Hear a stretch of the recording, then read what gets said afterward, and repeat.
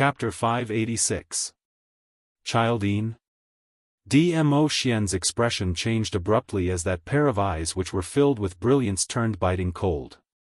His brows creased as he looked outside the array barrier at the huge beasts which kept on attacking. It's actually Childine. Yiqing Luo bit her lower lip as her slender hand hooked onto Dmo Xian's arm as she suppressed her voice. There's a huge batch of magical beasts coming over, it seems to be a beast tide. This time round, it would be hard for them to escape from this calamity. Yiqing Luo had always assumed that Dmo Xian's profound grade should be above Sky Mystic, which was Sky Mystic Overlord. Old Man Tsang said that Sky Mystic Overlord's strong exponents were unable to subdue Childine. Indeed. When Dmo Xian heard that the huge beast was Childine, his brows creased into a bundle as his gaze turned vicious. If Dmo Xian was unable to deal with the huge beast, then her brothers. Yiqing Luo recalled that fleeting figure which disappeared amidst the surging magical beasts earlier. Her gaze suddenly turned gloomy as though it was covered with frost. We've been plotted against. She squeezed out every single word from the slits of her teeth. Dmo Xian responded calmly as he stared at Childine without any change in his expression. Childine is a 7th-level high-leveled mirage beast and its ability is unfathomable. Furthermore, this mirage beast's nature is extremely lazy. Even if the magical beast forest had collapsed, it might not leave its own nest. If it wasn't for the fact that someone had used extreme methods to awaken Childine from its nest and was able to lead Childine, who was lazy by nature would not be able to cross the 6th level to attack them at the 5th level. Not too long later, those magical beasts had already dashed to the back of Childine. Instantly, the entire outer boundary of the array barrier was surrounded by densely packed magical beasts. The magical beasts charged at the barrier one after another. After being bounced back, another wave of magical beasts charged at them. When Blue Dragon Mercenary Group's members saw this situation, all of them were dazed. The array barrier was transparent and when these magical beasts charged over, everyone couldn't help but touch their own bodies, feeling that they were about to be trampled by the magical beasts. Their bodies were weak and many of them had already collapsed onto the ground, unable to stand up. Stay further away from me. Who allowed you to touch my noble body? Just when everyone was in a state of panic, a woman's sharp and angry rebuke suddenly rang out. Then, he heard a commotion from the side. Some of the Blue Dragon Mercenary Group's members could not stand steadily as they fell to the side. This piece of flat ground was not spacious to begin with. After accommodating more than 100 people, it became extremely crowded. Furthermore, they didn't dare to get too close to Yiqing Luo and the others, hence, those group members all huddled together. When one of them fell, he bumped into the other. A few other members were squeezed out of the barrier and were instantly torn to shreds by the berserk magical beasts. Everyone was horrified. Once they left the barrier, what awaited them would be nothing left of them. Blue Dragon Mercenary Group's members didn't dare to move at all. One by one, they glared at the person who had stirred up trouble, Lan Ling Nua. The current Lan Ling Nua was sitting on a huge rock and Ji Tsang Tian was surrounding her. Lan Ling Nua straightened her long robe, her face filled with disgust and disdain. What are you staring at? If it wasn't for your group leader, would I even be here today? I'm telling you, if you dare to ruin this beautiful face of mine, leaving a scar on my body, my father will absolutely not let you off. The current her didn't have a single bit of delicateness from before. Chapter 587. Blue Dragon Group's members were so infuriated that they were trembling. Group leader had brought Lan Ling Nua along to complete the mission in the magical beast forest and that had already made them extremely unhappy. They were a mercenary group and not an escort team. Everyone knew that group leader admired Lan Ling Nua, hence he had been asking about her well-being along the way, making it seem as though he was an escort team leading a princess on an outing, so they all tolerated it. Of course, a large part of it was because Lan Ling Nua was indeed beautiful. With such a beautiful and alluring young lady following in the group, chatting and laughing, it was a good scenery. Even if she threw a little tantrum, that would also be called cute. But, no matter how beautiful she was, at this kind of a time where their lives were at stake, who could tolerate her playing with their little tantrums? Because of Lan Ling Nuo's willfulness, she had pushed a few brothers out of the barrier and they were torn into pieces by those magical beasts, yet she didn't feel a single bit of guilt. She even dared to blame them. These group members' hearts were filled with rage and injustice as it instantly gushed into their hearts. Even Ji Tsangtian's expression turned slightly ugly. If her place was said to be narrow, then the others simply didn't have a single leg to stand on. Considering that Lan Ling Nuo was a lady and Ji Tsangtian didn't wish for her to be touched by other men, he carefully made his own group members to leave a spot on this huge rock for her. Forget it if Lan Ling Nuo didn't appreciate it, she even pushed the other group members aside. As intelligent as Lan Ling Nuo, how could she possibly not know the current situation? How could she not know that the slightest movement could possibly cause her to be squeezed out of the barrier? Looking at the group members' vengeful gazes towards Lan Ling Nuo, while Lan Ling Nuo had a fearless look as she stared at him arrogantly, Ji Tsangtian felt mentally tired for no reason. "Brother Tsangtian, you're the one who coaxed me and brought me here. Don't tell me, you don't want to take responsibility?" Lan Ling Nuo raised her teary eyes as she looked at Ji Tsangtian pitifully. That look in her voice was filled with grievance, as though Ji Tsangtian had done something to her. After all, she was the lady whom he had admired for so many years. Seeing her tears and her grievance voice, Ji Tsangtian's heart softened. He sighed helplessly as he stretched out his hand and pulled Lan Ling Nuo into his embrace. "I'll take responsibility, I'll take responsibility." This action caused the members to widen their eyes. They didn't expect that their brothers would be torn to pieces by the other magical beasts because of this woman's willfulness. They didn't even have a complete corpse, his regiment commander was actually holding that woman in his arms. Just because that woman shed a few tears? No matter what, the members were unable to accept it.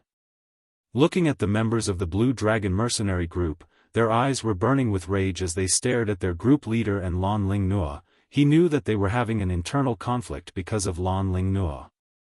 The youngsters in the world group treated it as though they were watching a farce. He felt that the leader of the Blue Dragon group was indeed a short-sighted person. For the sake of a woman, he actually disregarded the life and death of his own brother. It was no wonder that the group members would show such expressions. They absolutely believed that if the same thing happened to Yiqing Luo and Dmo Xian, Yiqing Luo would absolutely not allow Dmo Xian to have any chance to hurt them. No, that's not right. It should be said that the Overlord would absolutely not hurt them because of Madame Qing Luo. But Yiqing Luo and the others didn't have the leisure to bother about Blue Dragon Group's farce.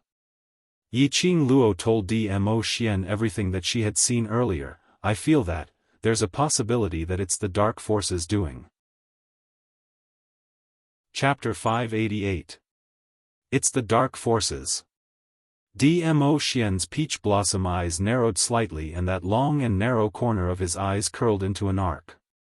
It was no longer the usual devilish charm but an icy chill. His slightly narrowed eyes reflected a sharp blade. Yiqing Luo's petite body froze as she immediately followed Dmo Xian's gaze. This one look made Yiqing Luo's pupils dilate in disbelief. If one didn't look closely, one wouldn't be able to tell. On Child Yin's shoulder, there seemed to be a figure wearing a black cloak. That was the disguise of the dark forces. Something's not right. Yiqing Luo's slender brows creased. When the beast tide surged over, what I saw wasn't this figure. Although it was just a flash. But she remembered it clearly. Compared to the black-cloaked man, the figure in the middle of the magical beasts was taller and more slender. It looked a little like a woman. In other words, Child Yin was specially manipulated by the dark forces to come to the 5th level to deal with her. And the beast tide was another wave of people who wanted to kill her? Yiqing Luo's brows twitched fiercely for a few times. She didn't seem to have offended anyone, to the extent that she had to take her life. The beast tide is small, the crux is that Childine. Dmo Xian raised his hand and stroked her silky hair. If Lil Luo were to open her mouth, I would. Can you? Yiqing Luo's eyes lit up as she stared straight into Dmo Xian's eyes. Dmo Xian's fingers that were caressing her hair curled up slightly as he lightly knocked on her forehead. In your eyes, am I that weak? What he meant was that this Childine to him wasn't a fierce beast that was hard to deal with. The reason why his expression turned ugly was because he was worried that Yiqing Luo and the others would be injured when they were dealing with Childine. After all, with Yiqing Luo's stubbornness, there was a possibility that she might reject his help. Yiqing Luo clutched her head, but her face was filled with joy and shock, that is to say. Ah Xian, your profound grade is not just sky profound. Dmo Xian's thin lips hooked up slightly as he leaned close to her ear and said with a smile that didn't look like a smile, if Lil Luo gives me some benefits, I don't mind telling you the profound grade. That warm breath faintly brushed past her earlobes. Yiqing Luo's cheeks blushed slightly as she raised her fist and punched towards his chest. Not only was he a sky profound supreme, how strong was he? Obviously. Dmo Xian was only a few years older than her. In the entire Nirvana realm, the number of people who had reached the profound sky realm at his age could be counted on one hand. Not to mention a Sky Xian supreme martial artist. Old Man Tsang, what realm is above the Sky Profound Supreme? Yiqing Luo was really curious. In her memories, the highest realm was the Sky Profound realm. Old Man Tsang muttered to himself for a moment. This old man can only tell you that above the Sky Profound realm is the Sage Profound realm. Furthermore, the grades will be derived from 9 grades to 15 grades, and each grade is divided into 3 levels, the early stage, the middle stage, and the peak stage. In other words, he was telling Yiqing Luo that Dmo Xian's current profound grade was at least at the level of Sage Profound. As for what grade it was, he did not know. Yiqing Luo's heart trembled fiercely as the gaze she shot at Dmo Xian was filled with a sliver of worship. As expected of her man, he was actually so powerful. As for the profound rank after that, wait until you've surpassed the Sky Profound realm, then you'll naturally know. After Old Man Tsang finished speaking, he didn't say anything else. It was obvious that he didn't intend to say anything more. Yiqing Luo didn't ask any further. She hadn't even broken through the Earth Profound realm, not to mention the profound rank after the Sky Profound realm. Everything, when she reached that stage, she would naturally know. Chapter 589. Dmo Xian's brows rose slightly as he understood the meaning behind Yiqing Luo's words. She wanted to give it a try, to try to deal with this Childine. Even if he was unable to kill Childine, battling with a 7th level high-leveled Mirage Beast would definitely be able to raise his own ability. This was exactly how Yiqing Luo believed in Dmo Xian. She had placed her life in Dmo Xian's hands. So what if Childine was powerful? Whether he could do it or not, he would only know after he tried. Especially such a rare opportunity, how could Yiqing Luo bear to let it go? If she really couldn't do it, then Dmo Xian would do it. Yiqing Luo narrowed her crafty eyes as her little hand hooked onto his smooth lower jaw. Of course, don't think of just standing by the side to watch. That black-cloaked man, I'll leave it to you, the people from the dark forces actually dared to show themselves. If they didn't leave something behind, how could they let them go so easily? TSK, you're so assured of me. Although Dmo Xian's words were filled with grievance, his eyes were filled with adoration, which obviously indicated that he was in a good mood. Yiqing Luo believed in his ability, and this was the biggest affirmation towards him. The two of them flirted with each other in a low voice. Their obvious display of affection blinded the eyes of the members of the Blue Dragon group. Especially Lan Ling Nua, who was nestled in Ji Tsang Tian's arms. Her entire face was twisted, malevolent and terrifying. A nameless flame of jealousy rose in Lan Ling Nua's heart. She wanted to pull Yi Qing Luo, who was nestled in Dmo Xian's arms, out, not wanting to see any other woman in that position. This thought caused Lan Ling Nua's heart to tremble. Could it be that she had feelings for that ordinary-looking man? Actually, although the man's appearance was rather ordinary, his eyes and temperament were like that of a banished immortal. If one only looked at her back, it would be a beautiful scene. Furthermore, his embrace was extremely wide and firm. She had an urge to stay in that embrace forever. She wanted to. Countless thoughts surged in his mind. When these thoughts ran through her mind like crazy, Lan Ling Nua's expression suddenly sank, and she hurriedly brainwashed herself. No. Impossible. She was just unwilling, but this man was actually not charmed by her beauty. She was jealous of Yi Qing Luo. It must be because the man whom she was unable to seduce had been seduced by Yi Qing Luo. That's right, that's it. Hey! You useless team! Why are you still standing there like a fool? Aren't they very powerful? There are so many magical beasts. Aren't you going to kill them? Lan Ling Nua screeched at Yi Qing Luo's direction. Her beautiful eyes were filled with anger. Are we going to be trapped here with you bunch of trash today? We're going back to the academy tomorrow. If we don't make it back in time and break my excellent attendance record, I won't forgive you. At the mention of the academy, the other group members all started talking at once. Yes.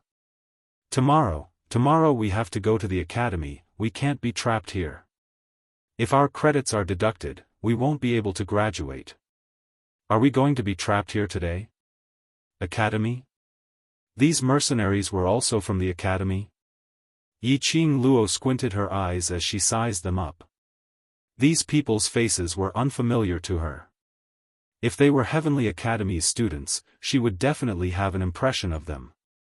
These people should be students from other academies. Indeed, Lan Ling Nua stood up and stood on the huge rock, looking down at Yi Qing Luo's direction.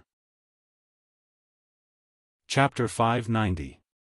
We're all Heaven-class students in Lady Phoenix Academy, and if half of the students in the class don't make it back to the academy tomorrow, the academy will definitely investigate our whereabouts, and by then, our respective families will be alerted. Lan Ling Nua's beautiful face revealed a smirk of arrogance. I advise you to escort us out of the magic beast forest safely, otherwise. The minute the academy and families find their way here, you will absolutely not be able to bear the consequences. Hearing Lan Ling Nua's words, Yi Qing Luo almost burst out laughing. Who gave this fool such confidence? Who made this fool to be so arrogant? Stand out. She absolutely wouldn't slap her face. Sentence after sentence of threats, she really treated herself as something. As a woman, how could Yi Qing Luo possibly not tell that Lan Ling Nua's eyes which was unable to conceal? Jealousy? Yi Qing Luo really laughed out loud at this moment. She raised her eyes and stared at the man beside her as she shook her head helplessly. This man's charm was unstoppable. He had already disguised himself into such an ordinary look, yet he was still able to capture the heart of Lan Ling Nua, who thought she was the most beautiful woman in the entire world. She had no choice but to admire Dmo Xian's charm. Dmo Xian put on an innocent look as he shrugged and shook his head. I didn't do anything. If you do anything, she will become even crazier. Yi Qing Luo's slender brows rose slightly as her charming eyes swept towards Lan Ling Nua. After some time, she revealed an arc which didn't look like a smile. This arc was filled with an icy chill. Following that, Yi Qing Luo placed her hands behind her back as she strolled towards Lan Ling Nua. That arrogant and condescending imposing manner forced the surrounding Blue Dragon Group's members to open up a path. Who do you think you are? The World Group is powerful and incredible, but if we don't kill these magical beasts, what can you do to us? That devastatingly beautiful face was obviously smiling, but the words that she spat out made one feel as though they were in an icehouse. Immediately after, Yi Qing Luo continued, if you don't want to be trapped together with us, then scram out of our enchantment. if you don't want to break your academy's excellent attendance record, then scram out of our enchantment. As for your academy, your families, and whatnot, what has it got to do with us? Now I am suspecting that these magical beasts were attracted by your blue dragon mercenary group. Sentence after sentence was spat out from Yiqing Luo's mouth icily. There was a hint of disdain in her eyes as she sneered. Her smile grew wider as she said, "Trash that relies on us to survive, who gave you the guts to shout here?" The last sentence was said by Yiqing Luo word by word, and it was directed at Lan Ling Nuo. Anyone who dared to covet her, Yiqing Luo's man, had to see if she agreed to it or not. She even dared to slander him time and time again. Did she really think that everyone had to love her? Yiqing Luo had never talked about such feelings before. But in her understanding, the so-called love could not tolerate the slightest grain of sand. Between her and Dmo Xian, she would absolutely not allow anyone to come between them. Even if Dmo Xian didn't have any feelings for Lan Ling Nuo, and couldn't even remember what Lan Ling Nuo looked like. But she wouldn't allow it. You could say that she was overbearing or selfish, but to her, feelings were just like that. You. Lan Ling Nuo was choked by Yiqing Luo as her face flushed red, as she was so stunned that she couldn't even say a single word of rebuttal. Lan Ling Nuo was obviously standing on the huge rock, wanting to say that she was able to suppress Yiqing Luo's arrogance by looking down at her. But at this moment, she was so intimidated by Yiqing Luo that she started to tremble. Chapter 591. Miss. Your words are too serious. Ji Tsangtian eventually couldn't bear to see his beloved woman being bullied by others as he went up to pull Lan Ling Nuo into his arms. Is it serious? Yiqing Luo gave a light laugh as her brows were filled with coquettish charm. You who depend on us to survive, when you're arrogantly ordering us around, why don't you say it's serious? Ji Tsangtian's words were dry as his face turned steely green. Young lady, we are Celestial Phoenix Academy's students and I'm Eastwater Continent's Ji family's young master. Sister Noah is the Eastwater monarch's sister. On account of our Ji family and the royal family's face, today's matter. Before he could finish his words, he saw Yiqing Luo raising her palm to stop his words. Following that, the feather fan in Yiqing Luo's fingertips moved and a bewitching red glow pressed towards him. Ji Tsangtian had not expected Yiqing Luo to make a move just like that as he was stunned momentarily, and in his fluster, he hugged Lan Ling Nuo as he turned around and leapt up. However, he had forgotten that he was currently in a spirit formation. With this leap, he leaped out of the spirit formation. A pungent stench entered their noses. The deafening howls of the demonic beasts pierced their eardrums. Countless birds and beasts pounced on the two of them like lightning upon seeing them leap out of the spirit formation. They were so densely packed that the two of them turned pale with fright. Luckily Ji Tsangtian's reaction was swift as he immediately returned to the array barrier. Just as he was about to explode his anger towards Yiqing Luo, he saw that enchanting woman holding a cold arc with a smile that didn't look like a smile, her feather fan pressed against her pink lips as she laughed lightly. What has your status got to do with me? Just a few simple words were enough to inflict a heavy blow on the two of them. All along, he had thought that his incomparably noble identity, in Yiqing Luo's eyes, couldn't even stir up a single ripple. Could it be, this woman's status was even higher than theirs? It was no wonder that they didn't know Yiqing Luo's identity. They had only heard of the World Group's name but were unable to investigate the information of the World Group's members. Because before this, no one had ever seen this group of youths. As for Yiqing Luo's identity and the news of these youngsters coming out from the Imperial Palace, only the people in West Continent's Three Springs City knew about it. Ji Tsangtian hugged Lan Ling Nuo as his pride had been unknowingly trampled into dregs by Yiqing Luo. However, at this moment, he couldn't say a single word. He was completely stunned by Yiqing Luo's imposing manner. However, Lan Ling Nuo was relentless. She had never suffered such humiliation before. Ever since she was a child, she had been the proud daughter of the heavens. Relying on her beautiful face, her life in the East Continent had been smooth sailing. She could be called a queen whose status was second only to her cousin, Wuxia. Who didn't bow and scrape when they saw her? Why was he humiliated by an unknown nobody in the Western Continent? Well done. How dare you look down on the dignity of our Eastern Continent's imperial family? Lan Ling Noa popped her head out from Ji Tsang Tian's arms as her face was filled with anger. Just you wait till I return to East Continent. I want my royal cousin to send troops to invade your West Continent. Sister Noa. Ji Tsang Tian pressed down on Lan Ling Noa's head as his brows creased tightly as he cried out in a low voice, "Stop talking. You're afraid of her but I'm not." Lan Ling Noa's chest heaved up and down as she couldn't help but grumble that Ji Tsang Tian was a big coward. If they were to lose today, wouldn't it make West Continent's people think that their East Continent was easy to bully? Thinking in this way, Lan Ling Noa's expression turned even gloomier. But her words had just ended when she felt a gust of cold wind blowing against her face and immediately felt an icy coldness on her neck. Not knowing when, Yiqing Luo was already standing in front of her. Chapter 592. Lan Ling Noa looked down and saw a slender wrist that was as smooth as jade. The slender fingers were tightly wrapped around her neck. The coldness of his fingertips was like ice melting on her neck. Lan Ling Noa's petite body suddenly stiffened as her pupils enlarged, staring at Yiqing Luo in disbelief. How did Yiqing Luo appear in front of her? And how did he choke her? Ji Tsang Tian was actually sent flying. Before she could even react, she was restrained by Yiqing Luo. At this very moment, Lan Ling Noa deeply felt Yiqing Luo's power. She absolutely believed that Yiqing Luo wasn't simply trying to scare her. He really did not put her status in his eyes at all. He really wanted to kill her. Lan Ling Noa was scared.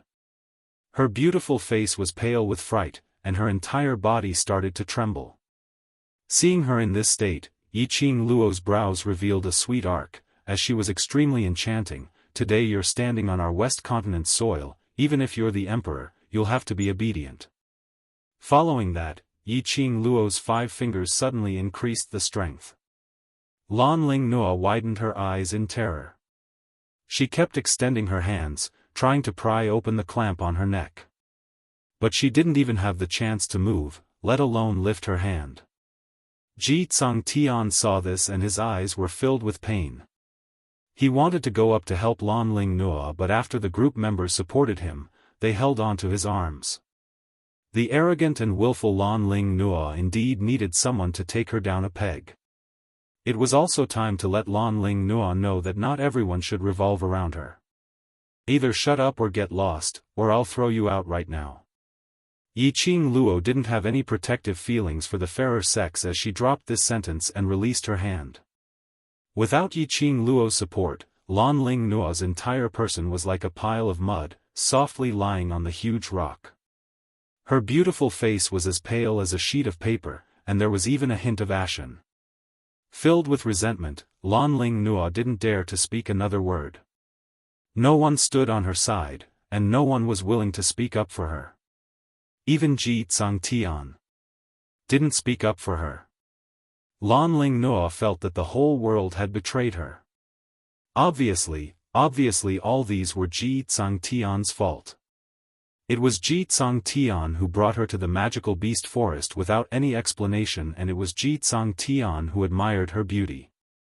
On what basis was it that when something happened to her, he didn't care about her at all? Lan Ling Noa's eyes were filled with intense hatred, and her facial features were hideous and twisted. Ji Tsang Tian, who was originally standing by the side, preparing to head up to appease Yiqing Luo after she left, when he saw her in this state, he instantly shuddered. Was this still the smart and kind Sister Noa in his heart? When he saw those eyes filled with hatred, he trembled with fear. At the same time, at the entrance to the first level of the magical beast forest, more than a dozen men in black clothes were hiding in the forest with sharp broadswords in their hands. The leader of the group was a black-robed man. Although he was also dressed in black, the material he was wearing was obviously smooth silk, which was of a much higher grade than the other black-robed men. Furthermore, the black-clothed man was wearing a jade crown inlaid with a few gems. He stood in front of the 10 over black-robed men as he stuck his head out to look towards the direction of the entrance, as though he was waiting for something. "Fourth young master, you'd better rest in the forest for a while. We'll keep a close watch on you." A black-robed man behind spoke out speechlessly. They were assassins. Assassins. Chapter 593. Having such a silly master, they started to doubt if they could complete today's assassination mission. "Don't worry about me. The moment I think about how I can hold Yi Qing Luo, that little slut, in my palm and play with her however I want, I feel delighted." That black-robed man who was addressed as fourth young master gave a sinister sneer as he clenched the long sword in his hand. As though he recalled the scene which he had described, he raised his head and laughed heartily. 10 over killers. This fourth young master wasn't anyone else but Yuqi family's fourth young master, Wuxia. Yuqi family's patriarch had lost his face in front of so many commoners and became the joke of the entire Three Springs city. How could Yuqi family's patriarch take this lying down? So he naturally pushed all the blame onto Yi Qing Luo. Yesterday, on account of Mu Zifan's Alchemist Guild's chief token, he let Yi Qing Luo off. But today, he absolutely must kill Yi Qing Luo. Hence, he sent his secret guards to the mansion early in the morning to inquire about the World Group's whereabouts. Then he heard that they were going to the Magic Beast Forest to complete a mission. What kind of place was the Magic Beast Forest?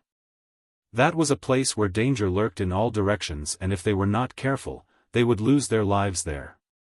They only needed to kill Yi Qing Luo and the others after she came out. If Yi Qing Luo and the others died, the outsiders would only think that they had met with danger while they were completing a mission in the Magic Beast Forest. Who would suspect the Yuqi family? When Yuqi family's patriarch instructed the killers, it was coincidentally heard by Wuxia.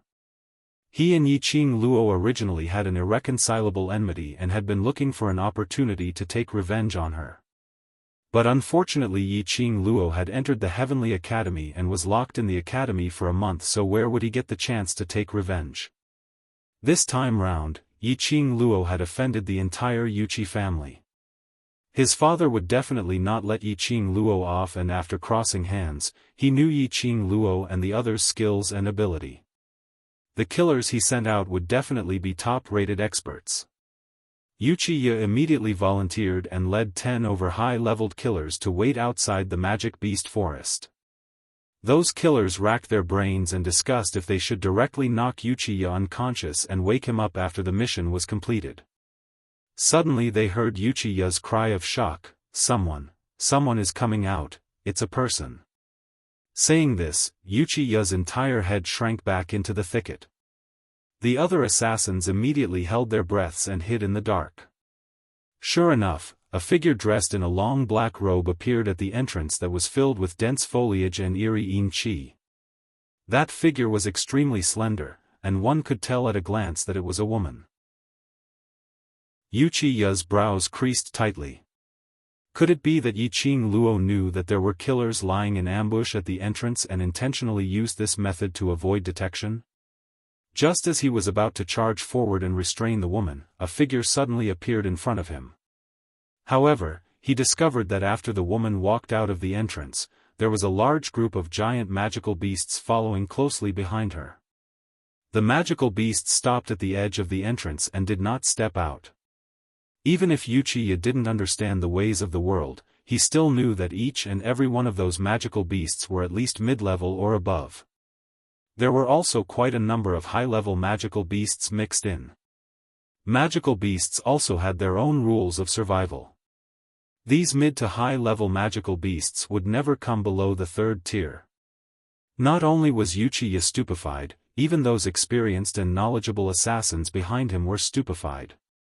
This was the first time they saw so many mid to high-level magical beasts appearing at the entrance of the magic beast forest.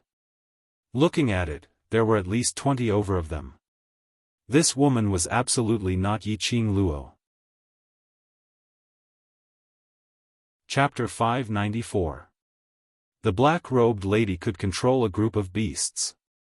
She was absolutely not an ordinary lady. Wuxia had totally treated this lady as an otherworldly expert, as even his breathing became cautious, afraid that the lady would discover them. Luckily, the lady bade farewell to those magical beasts and immediately turned around to leave. The lady had just turned around when coincidentally a light breeze blew over. The lady's black robe on her head was lifted, revealing half of her exquisite and beautiful side face as well as a black arc at the corner of her eyes, which made her look extremely amorous. That was. Wuxia felt as though he was struck by lightning as he stared at that lady in disbelief. Even though her makeup had changed, he could still recognize her at one glance. Wasn't she? Within the array barrier, Blue Dragon Mercenary Group's atmosphere had sunk into a state of low spirits. The group members, group leader and Lan Ling Nua all developed feelings of rejection. On the contrary, on Yiqing Luo's side, all the youngsters stood quietly on the spot. Without the group leader or vice group leader's instructions, no one spoke up first and no one moved at all, quietly waiting for them to think of a way. Yiqing Luo discussed her and Dmo Xian's plan with Long Yunzhan and the others. When everyone heard that this huge beast was Child Yin from the 7th level, their expressions turned ugly. 7th level. That was the legendary level. In the entire West continent, they had only heard of it but had never seen it before. A mirage beast which had walked out from the legendary level, moreover it was a high-leveled mirage beast. It was imaginable how difficult it was to deal with. Although Qiao Jin felt that doing this was too risky and if they were not careful, they could easily lose their lives. But in the end, he couldn't resist Yiqing Luo's insistence. He took a look at the Overlord and realized that the Overlord didn't say a word with a calm expression, so he finally compromised. The Overlord valued Yiqing Luo more than anyone else, and with him around, nothing would happen. After the few of them agreed, Yiqing Luo then turned around and looked at those young faces behind her as she smiled faintly, "Group leader, and I will deal with the huge beast. The surrounding beast tide will be handed over to you and those from Blue Dragon Group, no problem, right?" Although these words were said to the World Group's youngsters, but in actual fact, it was said for Blue Dragon Group's members. Ji Tsangtian was stunned as he turned his head to look outside the array barrier. Those fierce-looking magical beasts were slightly terrified as they hesitated, not daring to respond. These were magical beasts, batches of mid to high-level magical beasts. At least, there were over 100 of them. They could deal with one or two, but with so many magical beasts, weren't they just sending themselves to death? There was no response from the other side, so how would Yiqing Luo not understand what Blue Dragon Group was thinking? She sneered, "If you want to live, then rely on your own strength to rush out of danger. Otherwise, just wait to become the food of these magical beasts. The barrier can't last forever." Following that, Yiqing Luo couldn't be bothered to interact with them any further as she directly told the World Group's youngsters about some matters to take note of. For example, the surroundings were filled with trees. He could make use of the trees to nimbly avoid the demonic beasts before launching an attack. It was also commonly known as a kite. For example, although magical beasts had their own consciousness, they were still magical beasts. The figure that led the horde of beasts was no longer nearby, which meant that there was no one commanding these magical beasts. These demonic beasts were definitely attacking randomly. All they had to do was to attack the low-level magical beasts in an orderly manner, defeating them one by one, and disrupting the entirety of the magical beasts. These little tricks were easy to say, but how much they could comprehend would depend on the comprehension ability of these youths. Chapter 595. Child Yin's body was tall and sturdy, like a huge mountain. It sensed Yiqing Luo and Dmo Xian's appearance, or perhaps its target was the both of them. With a leap, it pounced towards them. This was as though a huge mountain was collapsing right in front of them. Yiqing Luo and Dmo Xian's gazes met and the both of them flipped sideways at the same time. One struck towards Child Yin's head while the other turned into a black shadow, and in a blink of an eye, it had already merged into the air. Yiqing Luo's figure was outstanding as the feather fan on her fingertips kept on spinning, stirring up thousands of miles of wind as it shot out numerous silver wires, winding around Child Yin's head. Those few silver wires directly wound around Child Yin's neck, winding several rounds. Just as Yiqing Luo was preparing to tighten the silver wires, she saw Child Yin's two huge and sturdy arms' muscles tensing up.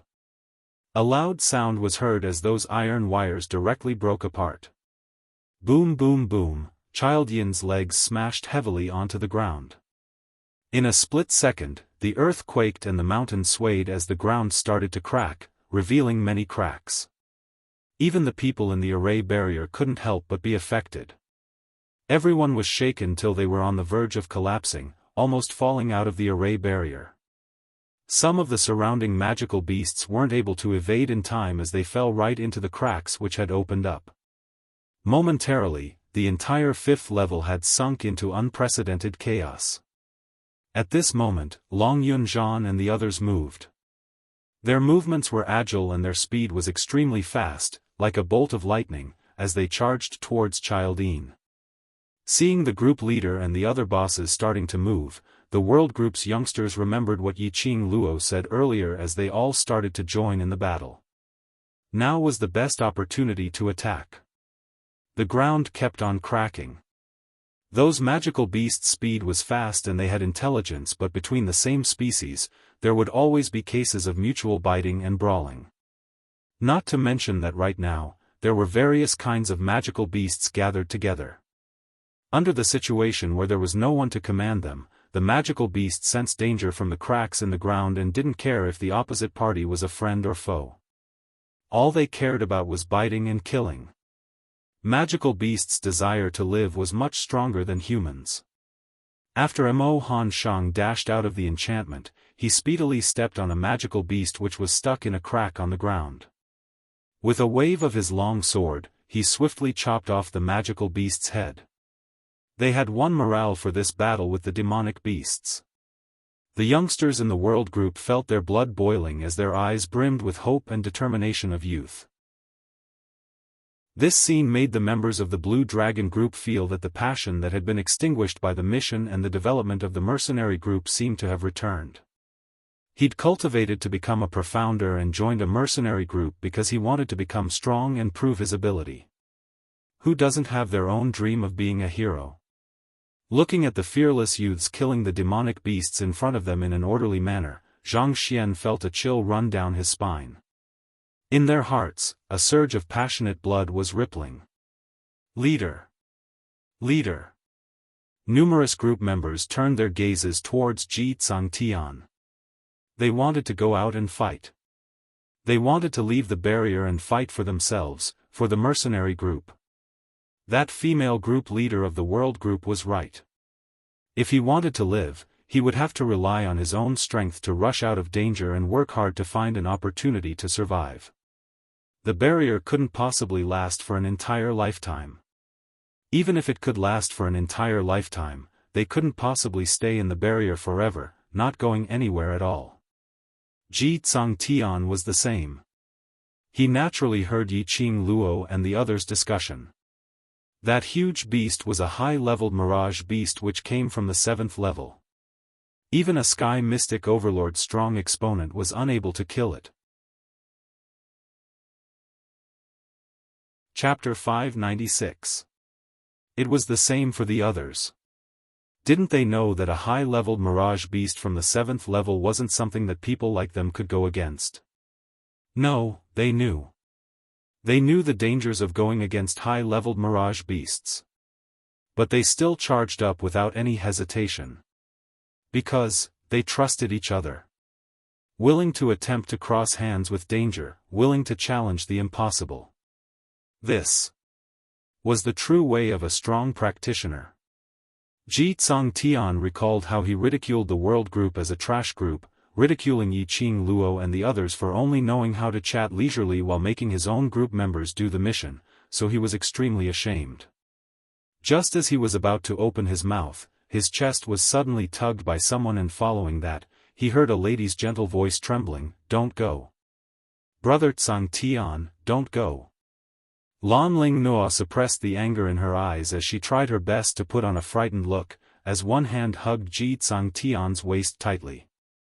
Her other hand was holding onto Ji Tsongtian's lapel as she buried her soft petite body into his embrace. She absolutely could not let Ji Tsongtian help that trash group. Recalling everything that Yi Qing Luo had done to her earlier, Lan Ling Nuo's heart was filled with rage. From what she saw, Blue Dragon Group's members leaving the array barrier to kill the other magical beasts was helping that wretched woman. That wretched woman was her enemy, which meant that she was also Ji Tsongtian's enemy, which meant that she was the entire Blue Dragon Mercenary Group's enemy. "I'll accompany you." Ji Tsongtian's hand, which was holding his lapel, was soft as though it had no bones, carrying a lady's fragrance. Ji Tsongtian's heart was pounding furiously as he lowered his eyes and looked at the lady in his arms affectionately. Suddenly, he was grateful for this accident. His sister Nuo had already started to rely on him and knew how to automatically snuggle up to him. Did this mean that Lan Ling Nuo had actually liked him all along? This thought made Ji Tsongtian's lips uncontrollably curl into a smile as his palm tightened, hugging the delicate lady even tighter. "Sister Nuo, don't be afraid, Brother Tsongtian will always be by your side." The surrounding group members were still waiting for Ji Tsongtian's command. Originally being infected by the world group's youngsters and being hot-blooded, when he saw this scene filled with deep emotions, the hot-blooded blood in his heart was suddenly extinguished. As a result, they became even more disgusted with Lan Ling Nuo. It was already a matter of life and death, yet she was still displaying her princess temper. Did she really think that she was still in the East Continent's imperial palace, that she was still that spoiled and willful Princess Ling Nuo? At first, he thought that Lan Ling Nuo was intelligent and likable. Now, he felt that Lan Ling Nuo was as dumb as a pig.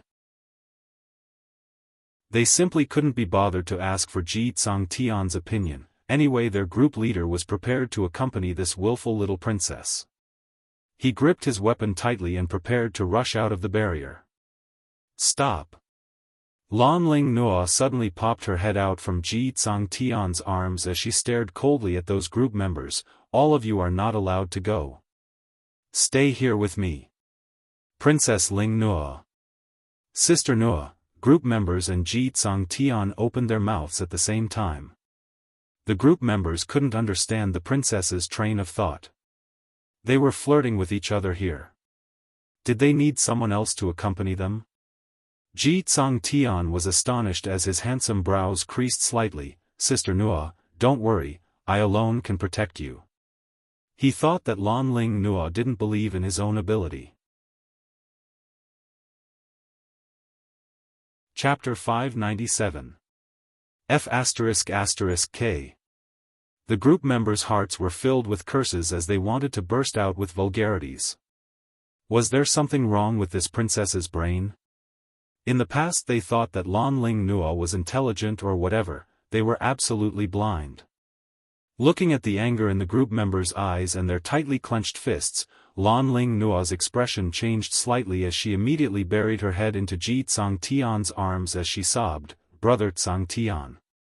Brother Tsongtian. I don't allow you to help that slut. I don't allow it." She was sobbing softly as she whimpered in grievance. Every now and then, she would raise her eyes, which were stained with tears, as she looked pitifully at Ji Tsongtian. "I know that you've taken a fancy to that slut's beauty and you feel that she's beautiful. You want to save her and help her. Brother Tsongtian, tell me, have you also taken a fancy to that slut? Don't you want Nuo any more?" This round of unreasonable pestering made the surrounding group members' mouths agape as their faces were filled with disbelief as their jaws almost dropped onto the ground. "What? What on earth was Lan Ling Nua thinking about in her mind? Leaving the array barrier to kill the magical beasts was helping the world group? What was she thinking? Damn it, they went out to kill the magical beasts, obviously for the sake of survival, for the entire Blue Dragon mercenary group. However, Ji Tsung Tian's attention was placed on Lan Ling Nua's last sentence. Don't want her anymore? How could he possibly bear to not want her? Ji Tsung Tian's heart was melted by Lan Ling Nua's tears. His large palm gently patted Lan Ling Nua's back as he spoke in a gentle tone. How could that be? How could I possibly take a fancy to another woman? Sister Nua, you know that from the moment I met you 4 years ago, I've always been admiring you. The feelings which had always been suppressed in his heart finally came out. Ji Tsung Tian's heart was pounding like thunder.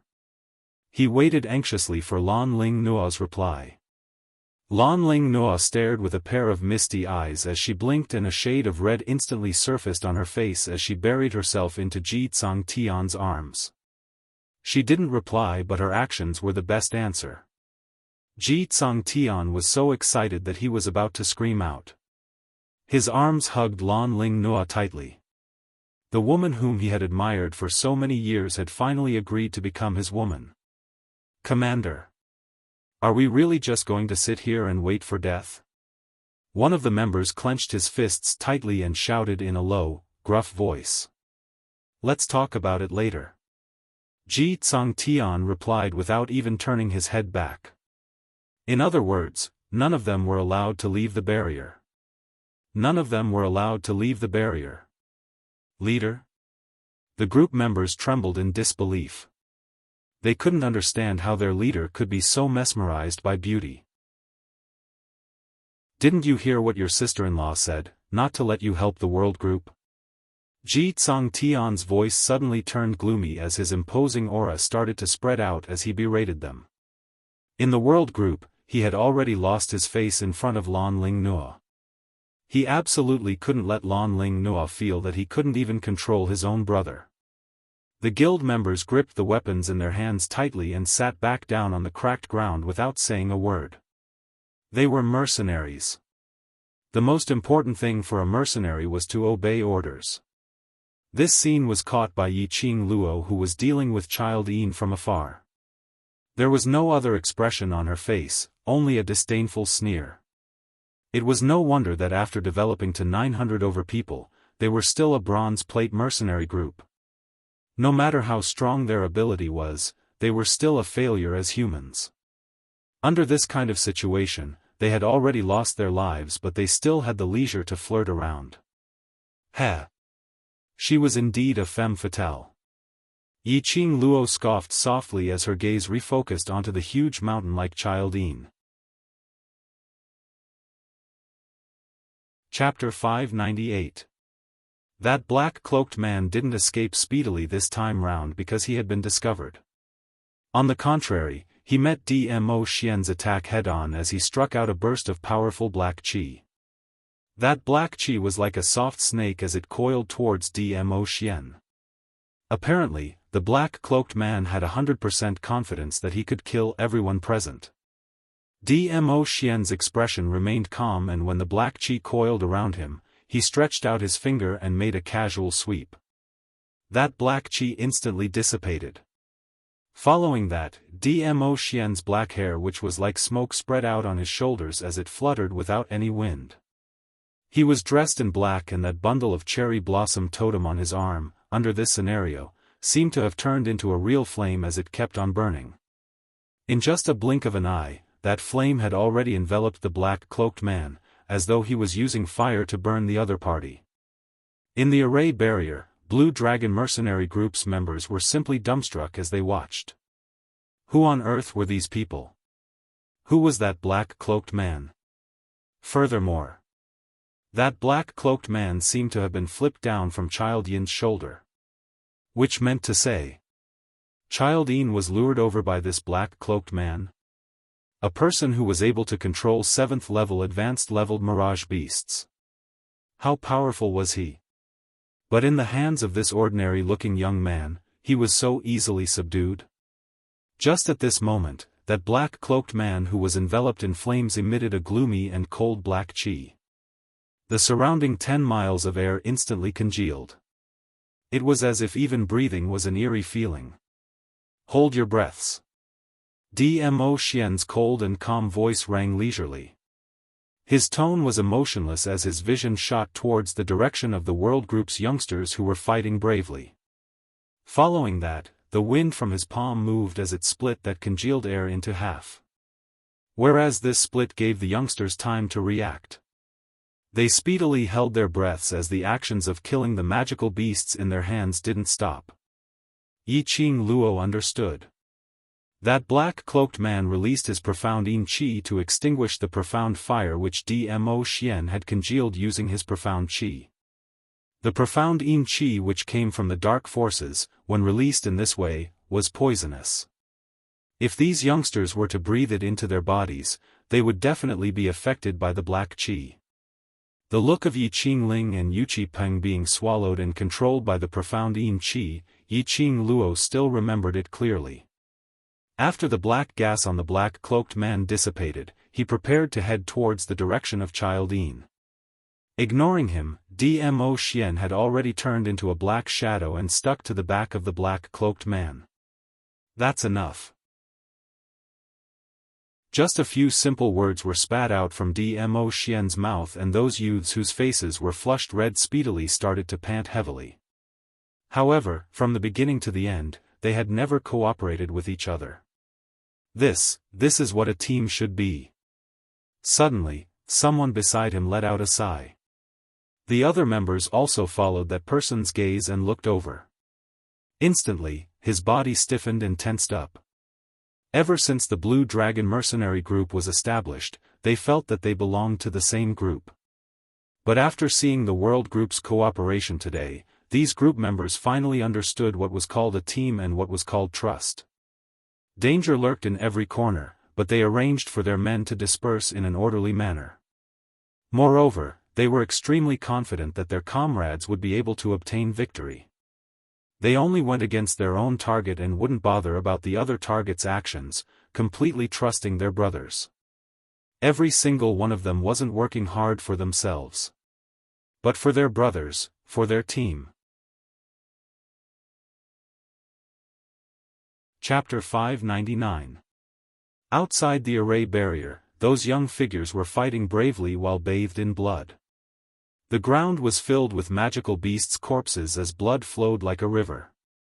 Their clothes had already been dyed red. Some belonged to the magical beasts, some belonged to them, and some belonged to their companions. Each and every one of them waved the weapons in their hands tirelessly. The way they cooperated well with each other to kill the magical beasts, some were simple and violent, some were despicable and played dirty, and there were also. But no matter which one it was, their coordination rhythm would not be disrupted at all. Looking towards Yi Qing Luo's side, it was even more exciting. The man who was facing Child Yin right in front didn't hold any weapon and just used his bare fists to resist all of Child Yin's attacks, attracting Child Yin's attention. He kept on shifting his body and his speed was extremely fast, but it just so happened to control Child Yin completely within the attack range of his other brothers. While he was moving, he kept on trying to find Child Yin's Achilles heel. The most shocking thing was that pair of azure blue eyes and that expressionless face. Looking at the right side, that young man who was holding a gold coin dart in his hands. Every single time the gold coin dart was waved, no matter how fast Child Yin's speed was, it would definitely leave some traces on Child Yin's body. Whereas that young lady behind Child Yin had exquisite and sweet looks as her lips curled into a smile. But her hands were holding onto a pair of crescent moon-shaped sickles, as she waved them around in an overbearing manner. She kept on shifting and leaping, maintaining herself behind Child Yin as she waved her sickles, chopping fiercely onto Child Yin's back. Standing on Child Yin's left was a pink-robed young lady, as petite as an 11 or 12-year-old child. She was leaping and shuttling around Child Yin's body. Her pink dress was like a pink pair of wings as the bells on her wrist gave off a crisp ringing sound. That Lolita's sweet expressionless face was in a daze, without any expression at all. Those two pink furry balls on her long dress had now turned into 1,000 caddies' heavy iron hammer, becoming her weapon, and it could be retracted as she wished. It was obviously just an ornament, but when the furry ball swept past, it crashed into a thick and sturdy big tree, directly chopping that big tree into two. What shocked these group members the most was the lady standing in the air above Childine. She held a red feather fan in her hand, and every time she waved it, the feather fan would turn into blazing flames as profound chi was released, turning into thousands of sharp blades as they covered the sky and covered the earth as they shot towards Childine. Immediately after, numerous silver threads entangled Childine once again. There was a faint smile on her beautiful face from beginning to end. However, her pair of charming eyes reflected a piercingly cold light. Just a glance at them would cause one's entire body to tremble. The members of the Blue Dragon group suddenly understood why the youths were killing the demonic beasts on the 4th level, while they just stood by and watched. Because they were too strong. He was so powerful that he could easily kill those magical beasts with just a flick of his finger. They were using their own methods to train these youths. However, when they encountered truly powerful and dangerous giant beasts, they would directly resist them. "Leader, I'm sorry. We have to join this battle. Leader, I'm a mercenary. I'm a real man. I can't let a woman destroy our Blue Dragon mercenary group." One by one, the group members stood up and walked out of the array barrier without even turning their heads back. No matter how exasperated Lan Ling Nua was, no one turned their heads back. Ji Tsang Tian looked at those group members who were scolding hysterically as his brows kept twitching. Chapter 600. In the entire Blue Dragon mercenary group, there were only 20 over people left in the array barrier. Perhaps it was because they obeyed Ji Tsang Tian's orders, or perhaps they were afraid of the magical beasts outside the array barrier. Seeing that there were at least some members who obeyed his orders and stayed behind, Ji Tsang Tian's expression turned slightly gentler. The current Yiqing Luo's profound chi kept on gushing out as she stepped on the feather fan, releasing a strong airflow, confusing Child Yin's vision. Standing at a close distance on Child Yin's head, Yiqing Luo finally saw Child Yin's looks clearly. This Child Yin's name wasn't called out randomly. Instead, it was the huge face of this giant illusory beast that clearly outlined the appearance of a child. An enlarged version of a child's looks. It had eyes, a mouth and a nose, with distinct features. A pair of bronze bell-sized eyes, filled with a bloodthirsty baleful aura. This kind of gaze, appearing on this 4 to 5-month-old child's face, was extremely strange.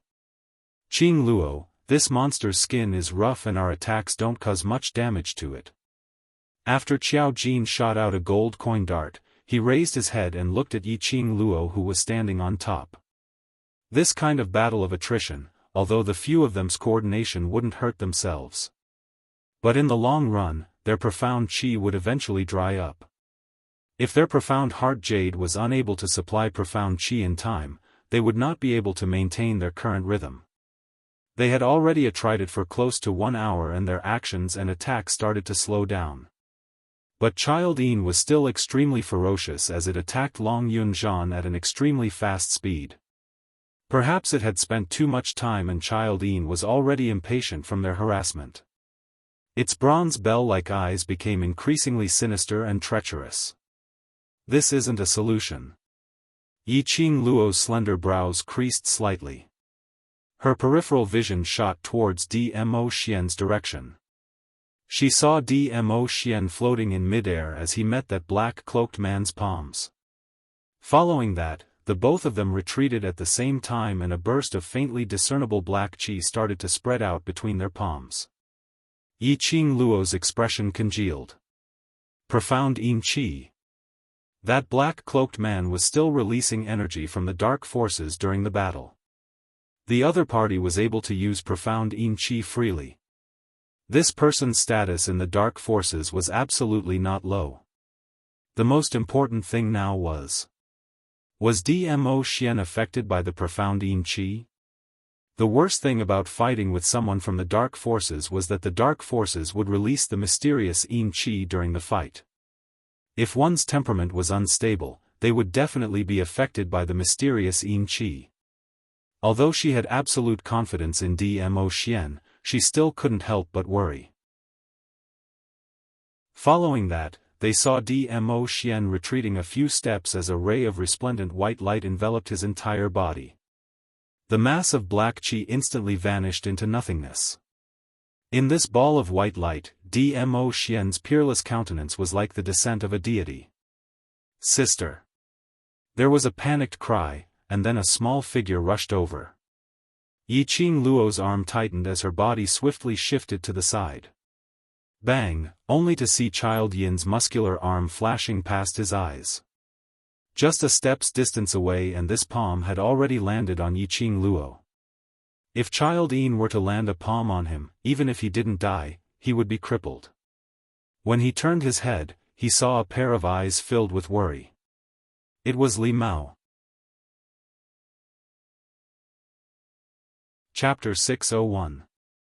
After being reprimanded by Kitty Li, Yiqing Luo regained her senses as she gave Kitty Li a smile. "It's my fault, I've made you guys worried." Dmo Xian, who was still in battle, also shot a worried gaze over. "Sister, Child Yin is not really invincible. All the beasts have their Achilles heel." Kitty Li puffed her cheeks, apparently still angry. But she knew that now wasn't the time to be angry. Kitty Li's lively eyes blinked. "Sister, I'll help you." Saying that, Kitty Li had already turned into a black remnant image. She arched her body and like an agile kitten, she speedily shuttled around Child Yin.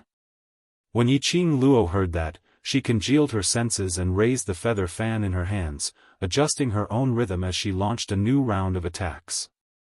High-leveled mirage beasts also had their Achilles heel. No matter how strong Child Yin was, as long as they found its weak point, they would be able to target that point and deal with it. That black-cloaked man should be an extremely troublesome person. Even Dmo Xian found it hard to deal with that person. No wonder that person was able to control 7th-level high-leveled mirage beasts. The current her was to congeal to deal with Child Yin. She mustn't bring any burden to Dmo Xian, and also mustn't let the world group's youngsters lose their confidence. Achilles heel. She would definitely be able to find it. Kitty Li's speed was extremely fast. She who had a cat beast's physique, in some aspects, was extremely similar to a cat. After a few somersaults and leaps, she had already arrived behind Child Yin. That slender jade-like hand, in a blink of an eye, her nails became extremely long, sharp and curved like hooks. That claw of hers grabbed onto Child Yin's tail without any hesitation. Child Yin, which was the size of a mountain, its tail was naturally as thick as a tree. After Kitty Li grabbed onto its tail, she used all her strength to pull it. Not too long later, Kitty Li's palm was filled with a pile of fur. Kitty Li's claw struck down and that sharp hook pierced into Child Yin's flesh. Yiqing Luo was watching by the side as she shuddered. Oh my god! No wonder he was a beast human with cat beast's bloodline, to be able to change any part of his body into a beast race's form. A beast's tail was indeed a fatal Achilles heel. But Child Yin's weak point didn't seem to be his tail. When Kitty Li's claws came down, Child Yin actually swung its tail and directly used its tail to lift Kitty Li's petite body up as it kept on swinging her around in mid-air. There were lush trees all around, and this fall naturally knocked into those trees. Luckily Kitty Li was agile and her claws grabbed onto Child Yin's tail as she climbed up agilely. Child Yin's tail swept across the trees and the surroundings rumbled continuously. Not the tail. When the few of them saw that, they immediately increased the speed of their attacks, attempting to divert Child Yin's attention away from Kitty Li. After all, Kitty Li was just a little girl. Even if he was fast, nimble, and strong, he would not be able to withstand it. But in the eyes of Qiao Jin and the rest, Kitty Li was like a little sister. The few of them kept releasing their Xian Qi. However, Childine only stared at Kitty Lee, who was still sprawled on him. Although its tail was not its Achilles heel, compared to other parts of its body, it was its bottom line. This human who was emitting a cat stench not only used her claws to cut its tail, she even attempted to chop off its tail. How could Childine not only stare at Kitty Lee? Whereas to it, the others were merely tickling. Chapter 602.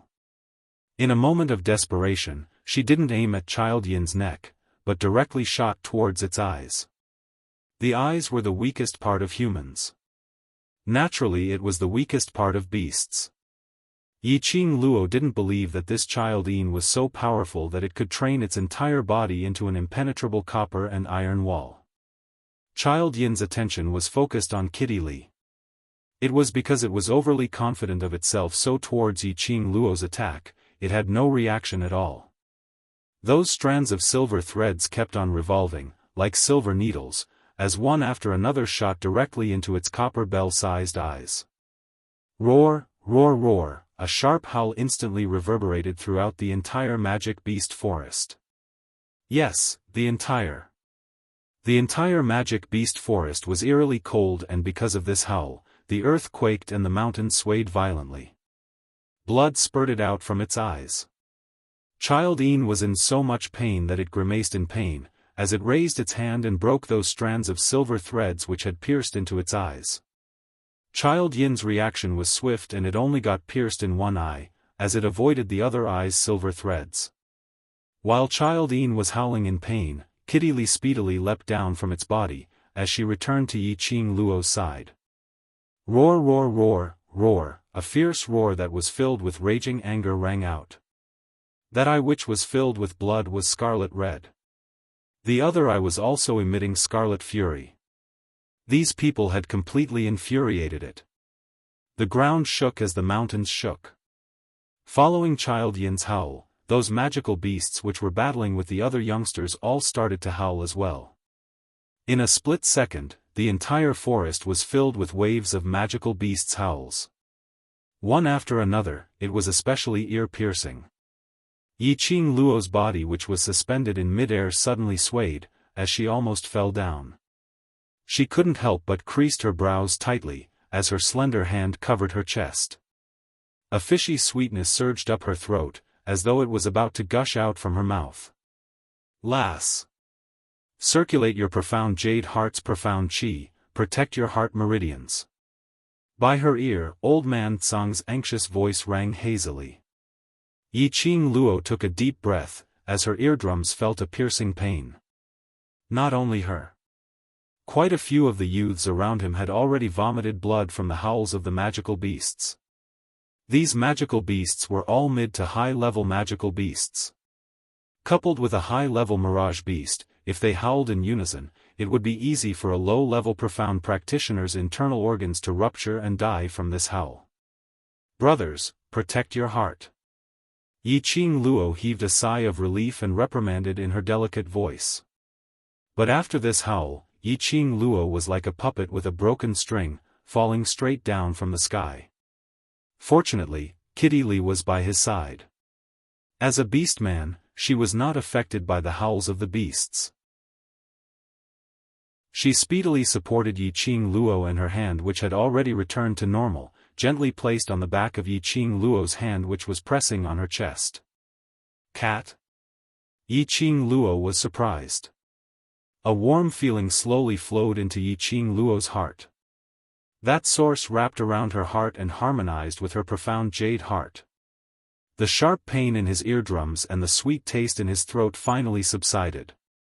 Just as Yiqing Luo heaved a sigh of relief, a scorching feeling suddenly arose in her heart, as though a raging fire was burning.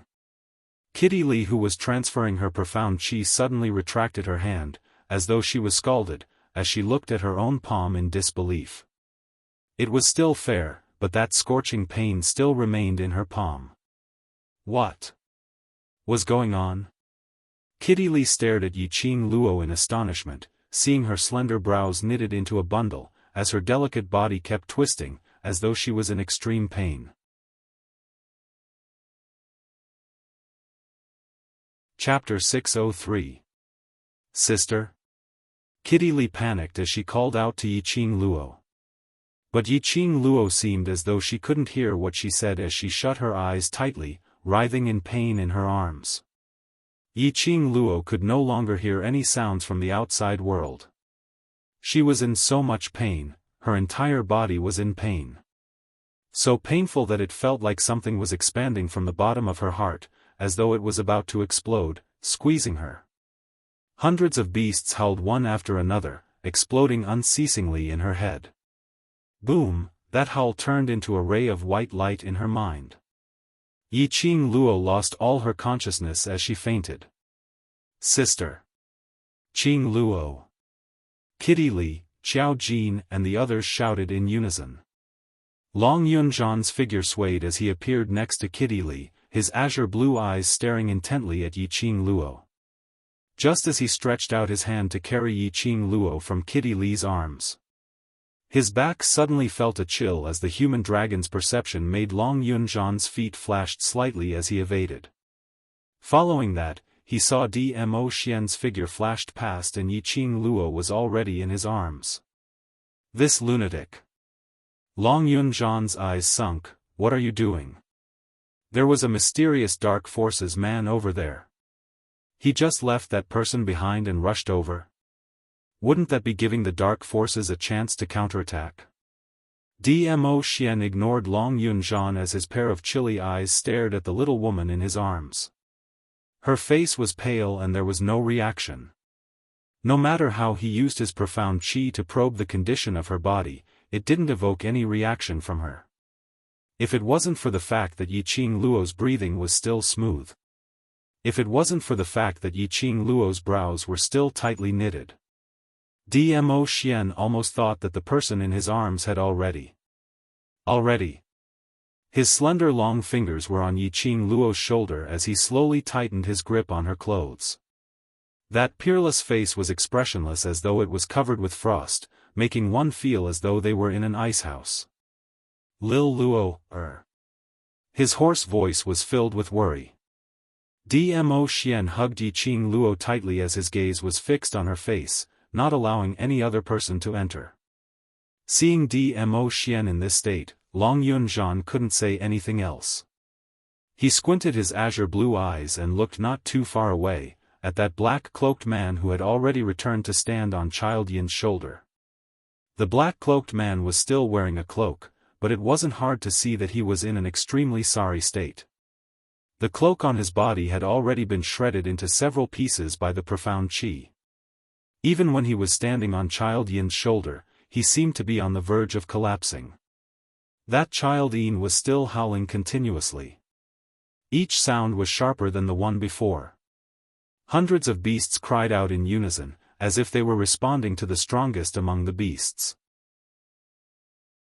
Dmo Xian's thoughts were all placed on Yiqing Luo.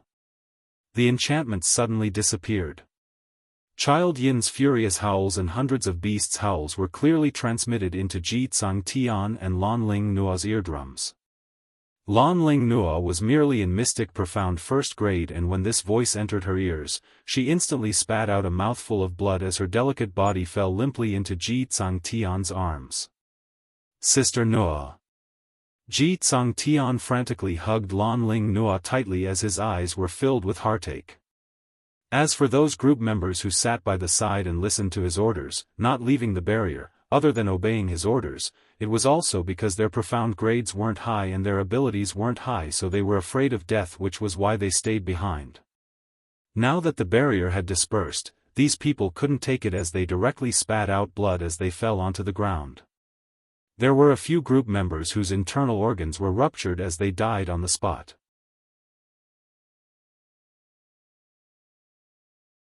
Chapter 604. At this moment, Ji Tsang Tian couldn't be bothered about their gender difference as his palm immediately covered Lan Ling Nua's chest. The woman's soft chest bumped into his palm. Up and down, it made Ji Tsang Tian's delicate-looking face instantly turn red. The woman in his arms was the woman he loved.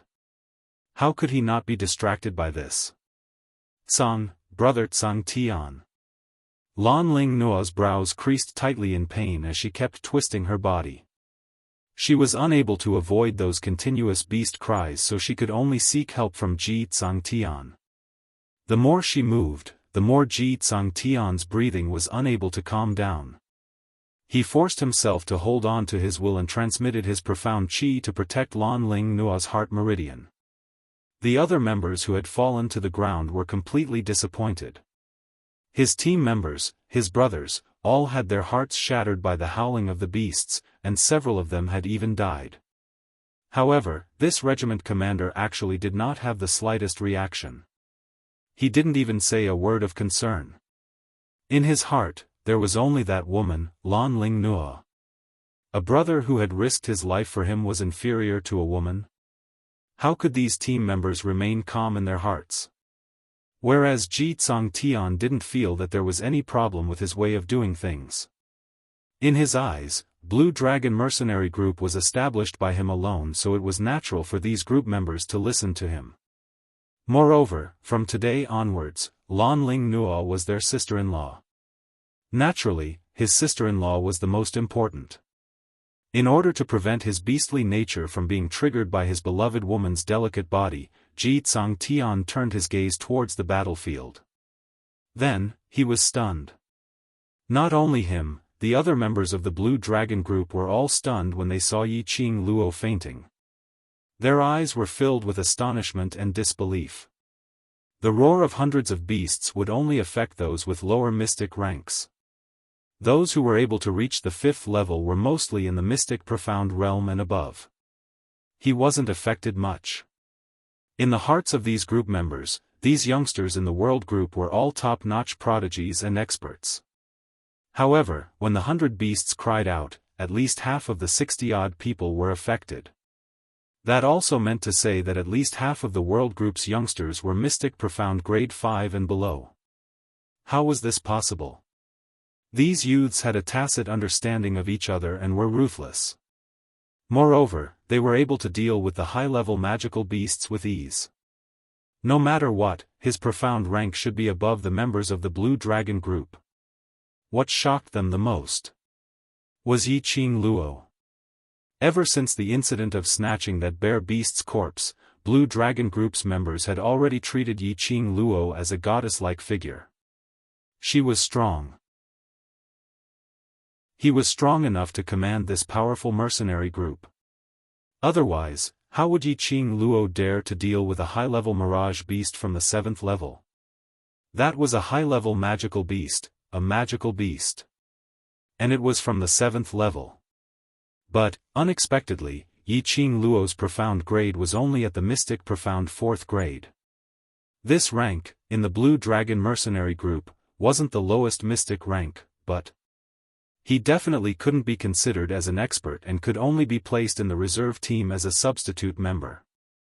But they had no choice but to admit that even if it was Ji Tsangtian, the group leader, personally going up against Yi Qing Luo in a one-on-one battle. I'm afraid Ji Tsangtian wasn't able to gain any advantage.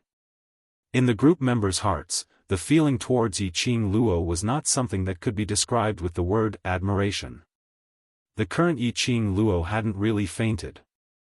It was pitch black in front of her and a ray of white light flickered, piercing Yi Qing Luo's eyes. She wanted to rub her temples, rubbing her glabella to ease the intense pain. But her body wasn't able to move. Her 4 limbs seemed as though they were shackled as they were extremely stiff.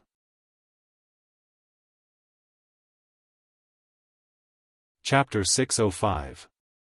Her heart was burning like a raging fire. Yi Qing Luo was in unbearable pain. Was she afraid of pain? No. In the past, she had endured the pain of having her flesh cut into her bones and didn't make a sound.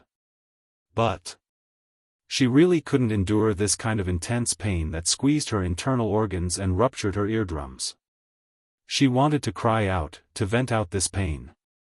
But not only was her body unable to move, even her mouth and throat seemed to be glued. Lass, quickly condense your breath. Stay awake. In her ears, Old Man Tsang's voice seemed to be mixed in with the cries of the beasts. Old Man Tsang kept shouting and shouting, but Yiqing Luo couldn't hear clearly. Old Man Tsang repeated it over and over again. After a long time, Yiqing Luo pieced together a complete sentence from the few fragmented words in his words. Yiqing Luo braced her willpower and followed Old Man Tsang's words, trying hard to condense her breath. Lass, the mother of the profound jade heart is by your side. You only need to control the profound jade heart in your body, the rest. You can only rely on yourself. Old Man Tsang's words made Yiqing Luo very puzzled. The mother of the profound jade heart? Wasn't it Dmo Xian? Dmo Xian was by her side? Then, what about that black-cloaked man?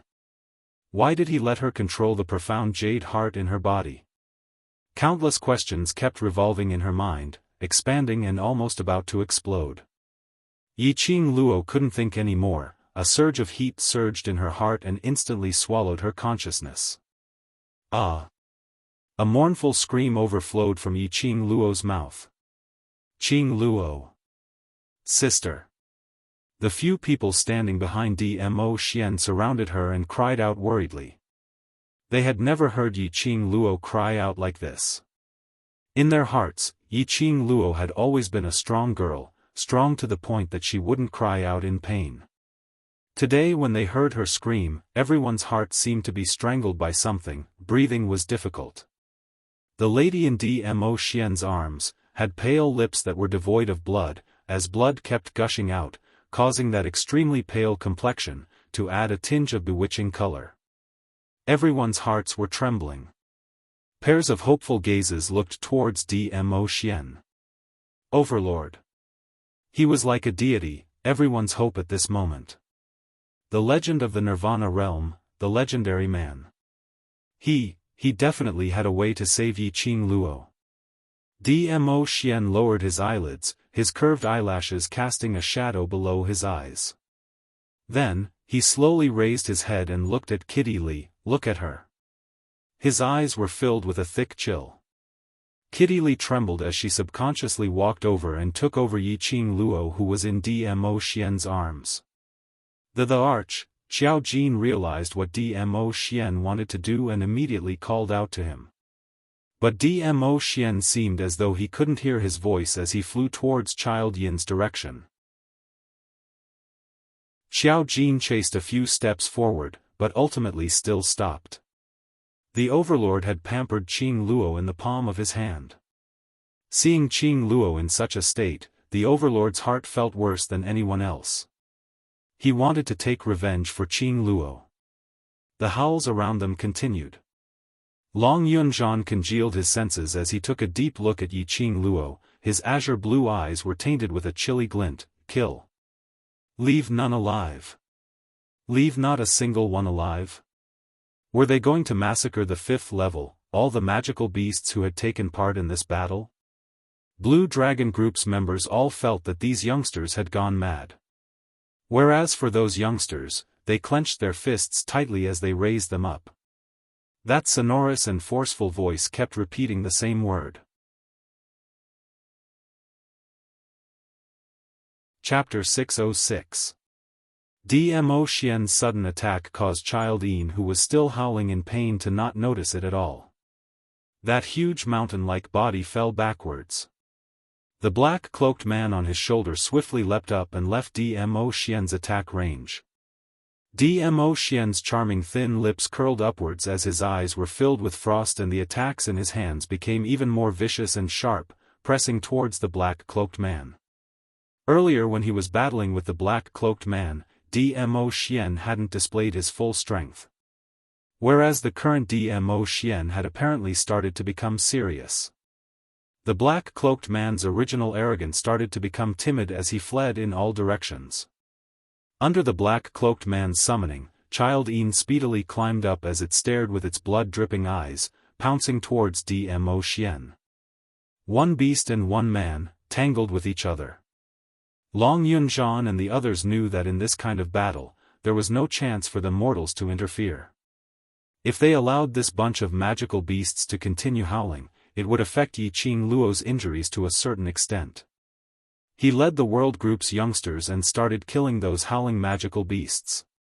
Yiqing Luo, who was in the abyss of suffering, struggled in pain, trying to break free from this pain. Lil Luo, I respect whatever you think. I will wait for you to walk side by side with me. Suddenly, an extremely pleasant voice sounded in his ears. That voice was mellow like fine wine, deep and clear. Sentence after sentence, it kept calling out her name. Those sentences were sweet and warm, warming one's heart. In a daze, a peerless face appeared in front of her. He looked at her lovingly and gave her an extremely gentle smile. Madam Qing Luo, the one who admires you the most now is Sister Ziqing. Madam Qing Luo, you're the center of devil class. Qing Luo. Immediately following that, familiar faces flashed past her eyes as she heard their voices calling out to her. These people's faces, these people's voices, slowly turned into a warm current, flowing in her heart. Wherever the warm current flowed through, the sharp pain from the tremors gradually disappeared. Even the profound jade heart which was burning in her heart seemed to have been extinguished. That warm current filled her limbs and bones, circulating 1 cycle, 2 cycles. Yiqing Luo became aware of something and immediately controlled her profound jade heart to continuously absorb that warm current, breathing it in and out, lingering around her profound jade heart. That warm current, under Yiqing Luo's control, gradually wrapped around the profound heart jade, forming a round ball. Following that, Yiqing Luo felt her body suddenly becoming light, like a feather. All the pain had dissipated. His breathing was smooth, and his body was filled with energy. Wave after wave of profound energy flowed continuously within her body. Kitty Li, who was hugging Yiqing Luo, kept transmitting her profound qi in an attempt to awaken Yiqing Luo and protect her heart meridians. However, the profound energy that was transmitted seemed to have fallen into a bottomless abyss, and it didn't receive any response at all. Suddenly, Yiqing Luo's body exploded with an intense light. Immediately following that ray of light directly lifted Yiqing Luo's body into mid-air. Sister! Kitty Li panicked, her hands didn't even manage to hug Yiqing Luo tightly. She could only look on helplessly as Yiqing Luo's body rushed into mid-air. Everyone's gazes were attracted by this dazzling light. Everyone's vision, all congregated over. The lady who was in deep sleep, was surrounded by a violent force, as it kept dancing the lady's long hair which had fallen onto her shoulders. Her fine black hair danced, as though it was floating in a dream.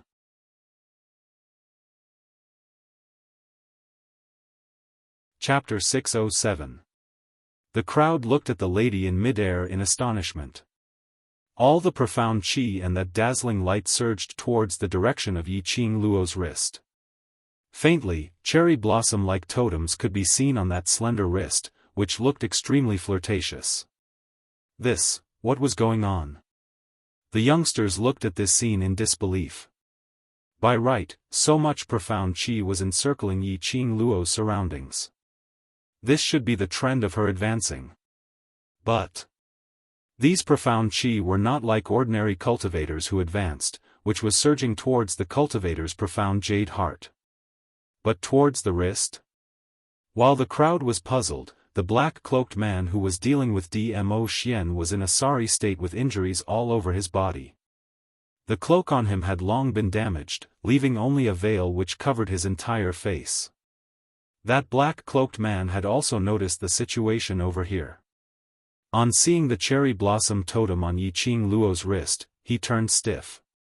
That was impossible.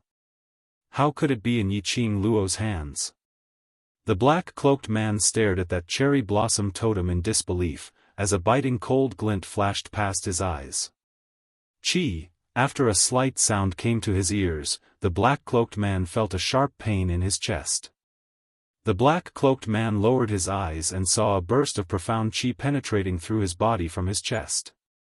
The black-cloaked man raised his eyes in astonishment and met with a pair of icy cold peach blossom eyes. She is the person whom this lord wants to protect. Even this lord can't bear to hurt her, just based on you, you dare to lay your eyes on her? The extremely ridiculing words were like frost, directly entering the black-cloaked man's ears. This lord? He was Overlord? The black-cloaked man drew in a breath of cold air.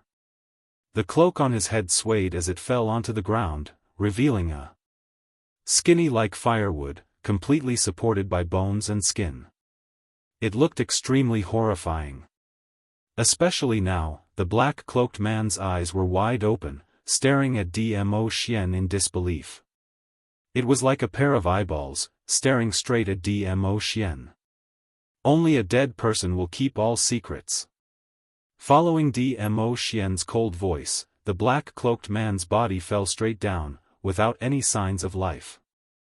Dmo Xian retracted his hand and turned his gaze towards Yiqing Luo, who was floating in midair as his brows creased slightly. He was afraid that something big was going to happen. His little Luoer, he had to grow up quickly. The profound qi which encircled Yiqing Luo's body and that dazzling light sped up the encirclement frequency, constantly mixing and colliding. Not long after, all of the profound qi had been absorbed into his wrist. Just as that ray of light disappeared, Yiqing Luo, who was suspended in midair, suddenly opened her eyes. Those dazzling, star-like eyes shot out a powerful, sharp blade. A powerful airflow revolved around her body. Even the air seemed to be rippling. Mystic Profound 4th grade, with a single leap, he directly advanced to Mystic Profound 8th grade. Here it comes again. The youngsters in the world group had already turned numb from being dumbstruck. Motherf ****. It was another level skipping promotion. Their Madame Qing Luo was just too valiant. Was it really that easy to advance now, so casual? Whereas those members of the Blue Dragon group were completely dumbstruck. Were they dreaming? They had never heard of anyone being able to advance by 4 grades in a row. The only time they had heard of skipping promotion was 100 years ago, that genius from Three Springs sect, who was from Yellow Profound 5th grade to 7th grade. No one was like Yiqing Luo.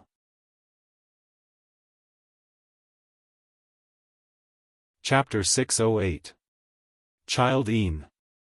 Yiqing Luo gave a delicate cry as she stepped into the air, and the strong airflow beneath her feet kept on spreading. Her charming eyes were filled with chilly intent as she stared straight at Child Yin as she roared furiously, "Come, fight!" Saying that, she shot up into the sky like an arrow leaving the bow. Roar roar! Child Yin's eyes revealed a murderous glint as it stared at this audacious human who dared to pierce its eye. The other eye, which was still intact, was filled with a scarlet murderous intent. Yiqing Luo gave a cold laugh as she clenched her feather fan tightly and launched her attack. The profound qi which revolved around the feather fan and that intense whirlwind was on a totally different level from before.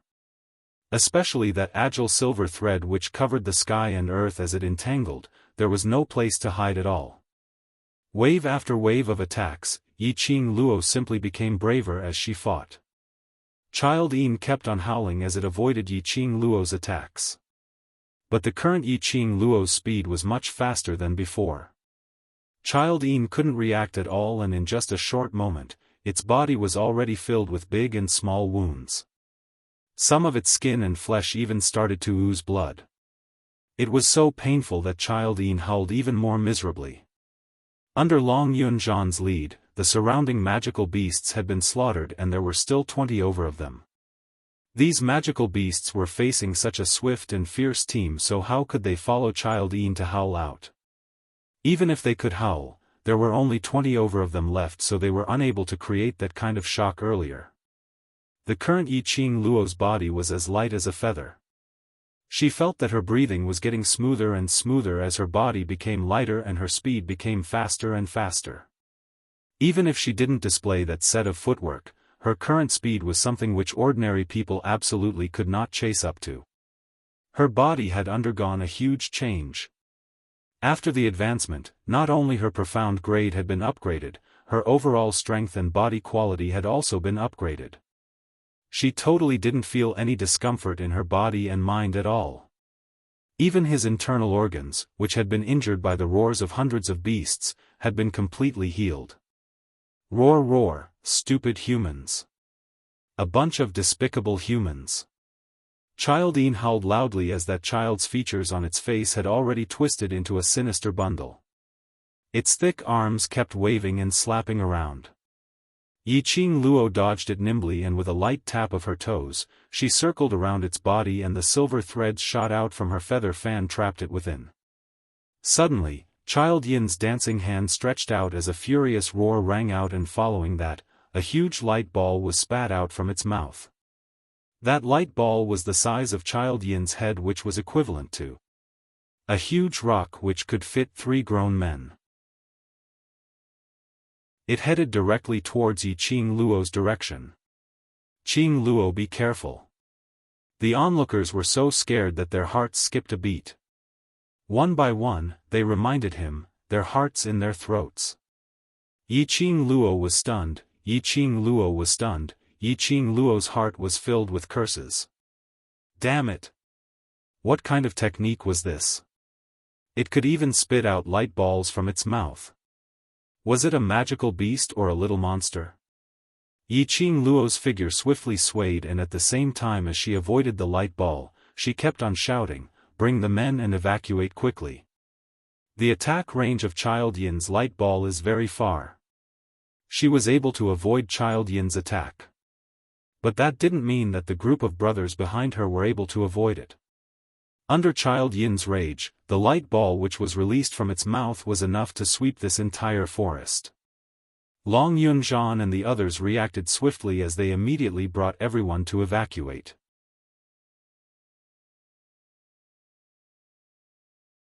Chapter 609. Hence, if a group of people were to arrive at the 5th level to complete a mission, they would probably see this strange scene. In front of them, a large group of mercenaries, who were in a sorry state, ran forward.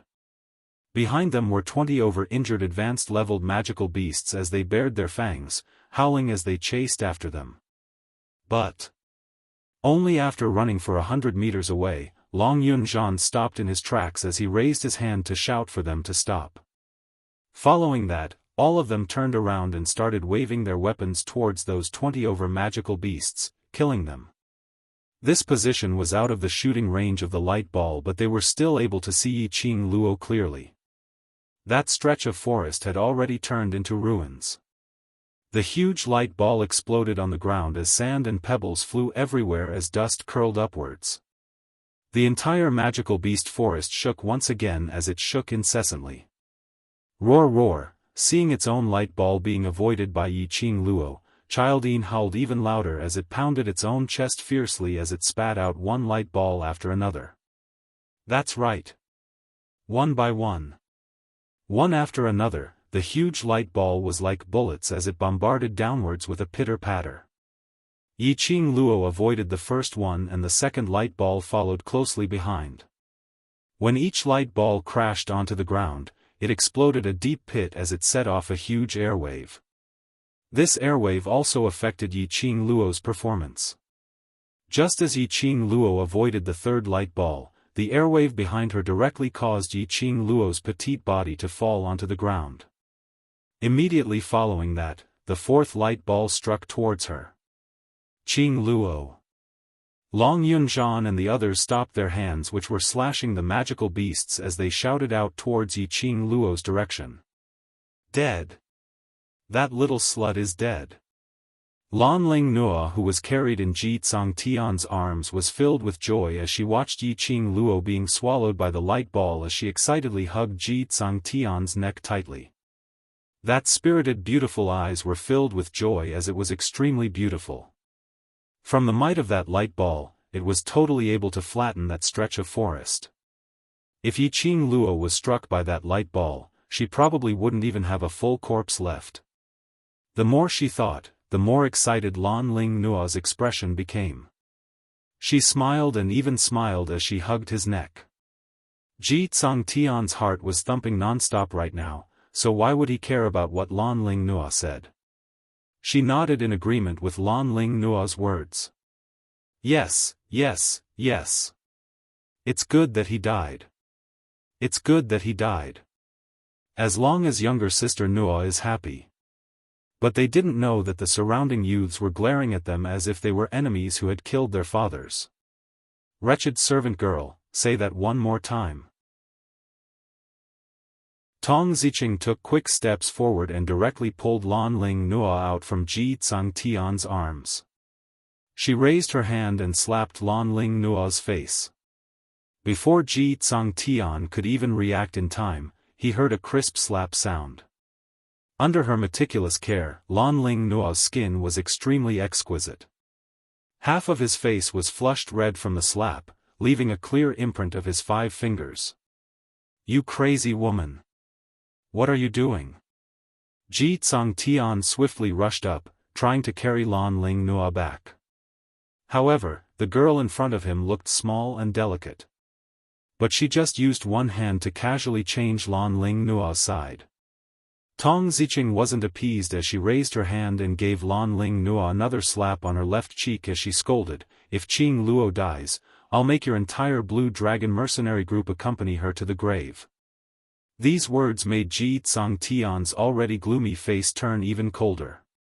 After hitting his woman, they even threatened his mercenary group? Did they really think that his Blue Dragon mercenary group was a bunch of vegetarians? These youngsters were just too arrogant.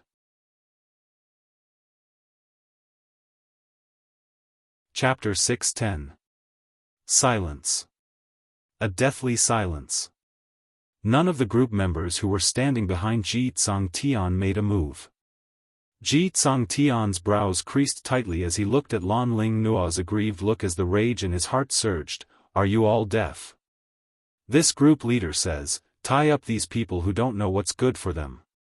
Save your sister-in-law. He shouted furiously as he turned around and stared at those group members behind him. But he discovered that the remaining 50 over group members, other than those 20 over people who followed Ji Tsangtian to stay in the array barrier who were trembling while holding their weapons, not knowing what to do. The other group members all stared at Ji Tsangtian with a furious expression. They simply couldn't understand why their brilliant group leader had turned into this state today. Was it because of Lan Ling Nua, that wretched woman? Some group members couldn't help but burst out, "Group leader, the person who doesn't know what's good for her is Princess Ling Nua, it's you. If it wasn't for the world group, if it wasn't for Miss Yi, we would have already become that huge beast, becoming the magical beast's food. We're mercenaries. We're real mercenaries. We will absolutely not do things like biting the hand that feeds us." One after another, the group members started to voice out the unhappiness in their hearts. But they knew clearly in their hearts that in their group leader's heart, Lan Ling Nua was a treasure which no one could taint. They didn't dare to blame everything on Lan Ling Nua, but in their words, the spearhead was pointed towards Lan Ling Nua. After being slapped twice, Lan Ling Nua's cheeks were swollen and red. When had she ever suffered such humiliation? She knew that she wasn't a match for Tong Ziqing, so she didn't dare to retaliate forcefully, only covering her mouth and her cheeks as tears started to flow down. Her mouth would occasionally, affectionately, call out, "Brother Tsangtian," looking as pitiful as she could be. When he heard the accusation from his team members, he cried even louder. The surrounding magical beasts had all been killed by the world group's youngsters. Now that they heard Lan Ling Nua's sharp cries, they felt that it was ear-piercing and wanted to slap this lady till she fainted. Their hearts were filled with concern for Qing Luo's safety, and Lan Ling Nua looked like she was at a funeral, so who would feel good about it? Hearing Lan Ling Nua's cries, Ji Tsangtian's heart ached as he totally didn't realize that it was his own fault, only feeling that his group members had all been brainwashed by the other party. The members who had always obeyed his orders dared to refute him today. They reprimanded him and even indirectly talked about their sister-in-law. If they hadn't been brainwashed by the other party, how could his members have become like this? Good. Good, you guys. You dare to resist my orders? You want to join their team, right? Fine. I'll fulfill your wish. Ji Tsung Tian directly tore down the group leader's badge from his chest. The other group members realized what Ji Tsung Tian wanted to do and their expressions instantly changed. Ji Tsung Tian was trying to make them leave the Blue Dragon group. All of them were Blue Dragon Group's elite team and Ji Tsung Tian was willing to disregard their many years of brotherhood just for a woman. These members were completely disappointed. All of them clenched their fists so tightly that their veins popped out. The way they stared at Lan Ling Nua was as though they were looking at a vixen who could bring calamity to the country and people. Quickly look. Xiao Jin stared at Yiqing Luo's direction as a glint flashed past his eyes as he cried out in joy. The World Group's youngsters weren't in the mood to appreciate this farce.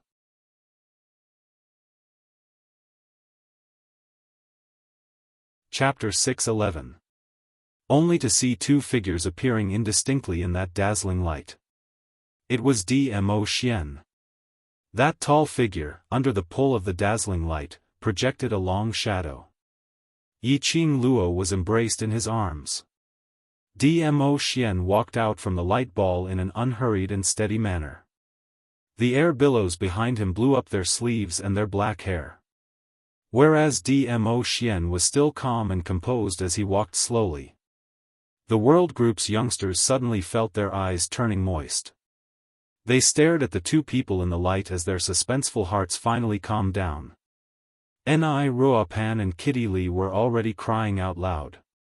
Luckily nothing happened to their Qing Luo. Luckily the Overlord was by their side. Roar! Child Yin's eyes widened as it looked even more ferocious. Light balls started to spew out from its mouth once again. These two despicable humans actually dared to look down on it. And even dared to turn their backs against it. Child Yin howled and that fat body which was like a mountain trembled, and following that, an endless stream of light balls were released. This time round, the attack range had obviously expanded. It wanted to annihilate the entire 5th level. Long Yunzhan reacted in time as he swiftly called for everyone to leave at the fastest speed possible. Ah Xian! Yiqing Luo hooked onto Dmo Xian's neck as the both of them exchanged glances, and immediately, the corners of their lips twitched meaningfully.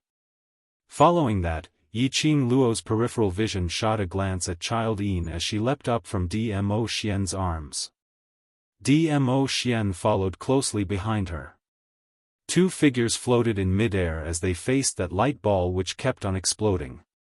The white light flickered as though it was a dream. Under this white light, the duo's peerless, devastatingly beautiful faces became even more spirited and handsome.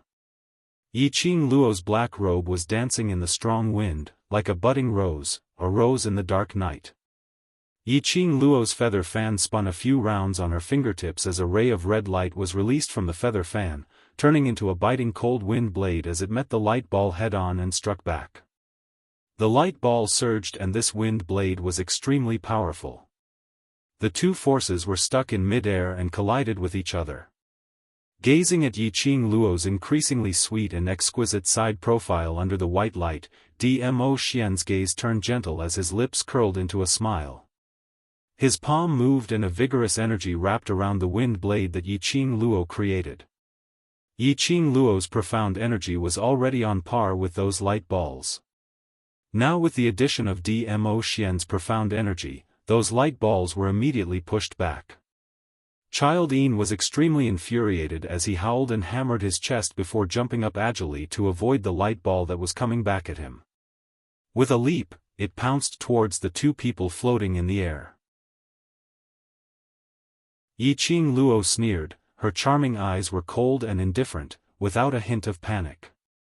She exchanged glances with Dmo Xian and her body lightened as the feather fan in her hand opened up and waved out a fire dragon, speedily coiling towards Child Yin.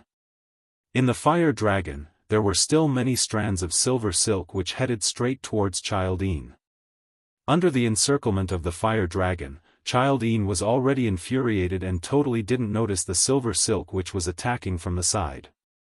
After it dispersed the fire dragon which Yiqing Luo had released, those strands of silver silk swiftly pierced into its other eye.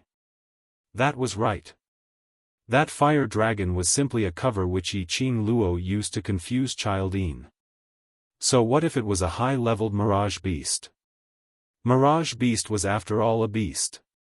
No matter how intelligent it was still a beast. After knowing Child Yin's weakness, how would Yi Qing Luo let go of its other eye?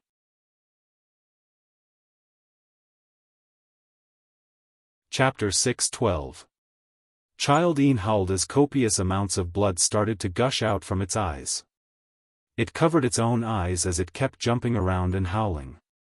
How could it endure the pain of its two eyes being pricked? It cried out miserably as its mountain-like body lost its balance after its eyes couldn't see as it fell heavily onto the ground.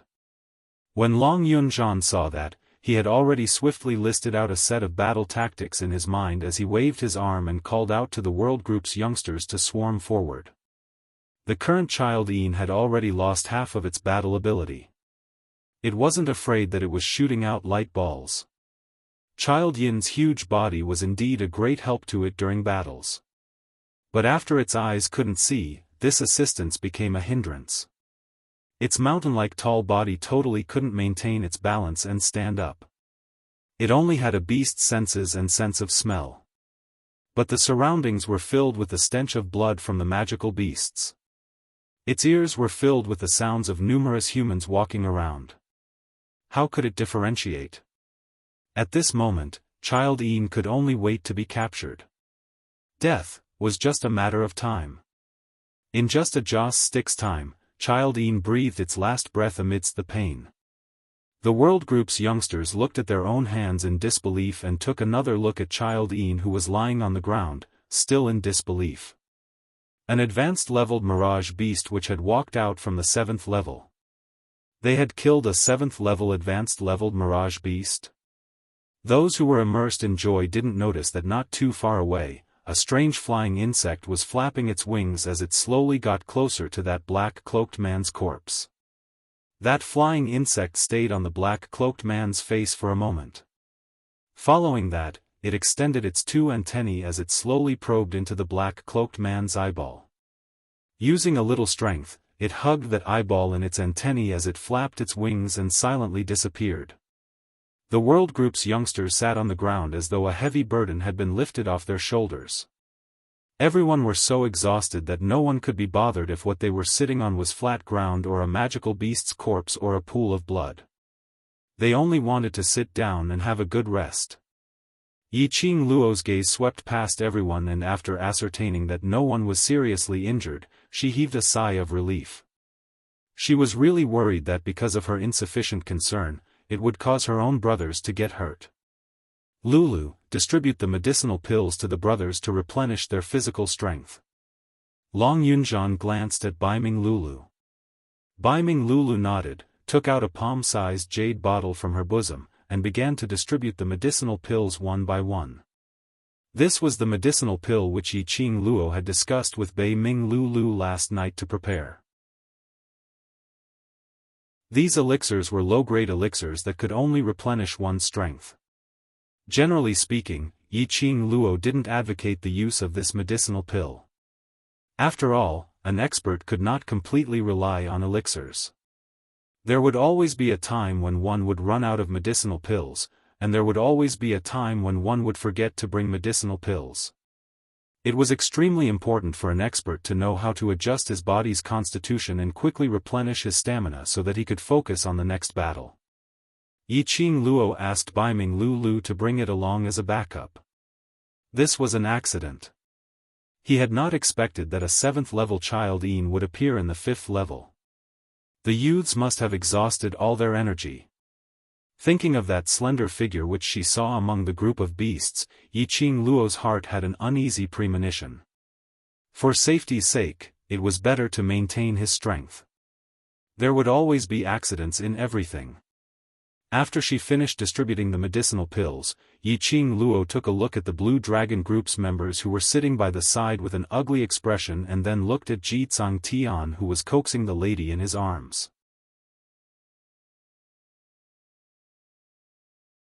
Chapter 6:13. Bai Ming Lulu lowered her head and took a look at the medicine bottle in her hands as she unwillingly pursed her lips. Towards Lan Ling Nua's earlier performance, she already bore a grudge against Lan Ling Nua.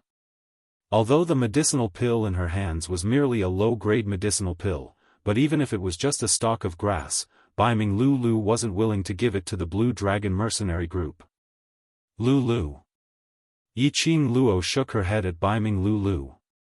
Bai Ming Lulu pouted her lips as she felt displeased, but she understood that Yi Qing Luo's decision naturally had her own reasons. She held on to the medicinal bottle as she walked over unwillingly. Lan Ling Nua was nestled in Ji Tsang Tian's arms, enjoying Ji Tsang Tian's gentle care, and on seeing Bai Ming Lulu holding the medicine bottle over, her expression instantly turned unhappy. Are you trying to poison us? I'm telling you, our Blue Dragon mercenary group will absolutely not take your things.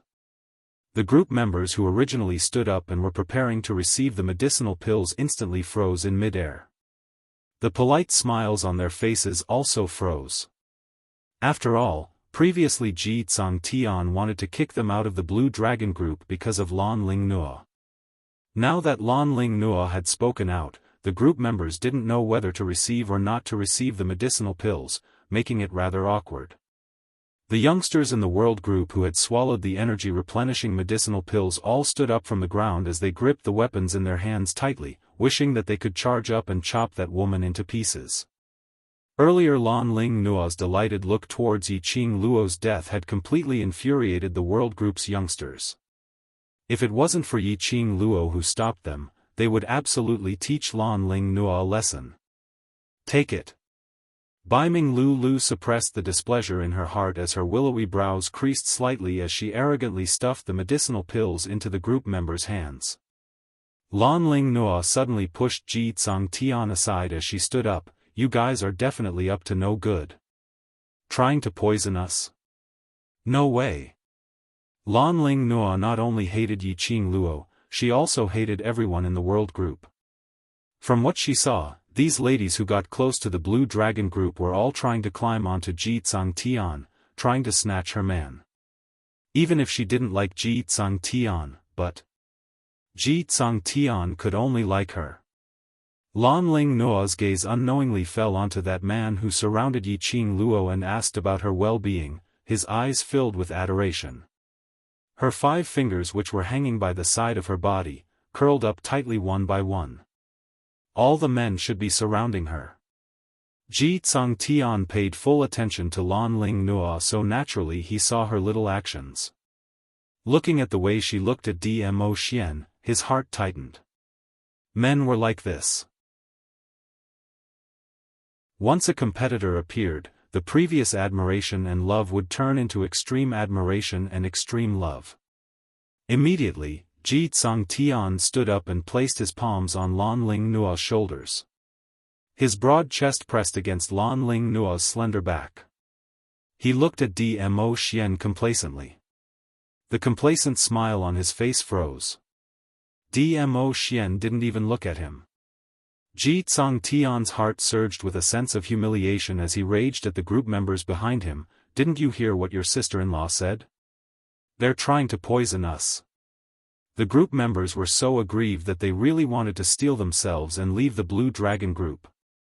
But when he thought of the few years he had spent in the Blue Dragon Regiment, growing step by step with the Blue Dragon Regiment, and his own brothers in the Blue Dragon Regiment, no matter what, before today, their regiment commander was indeed a good regiment commander.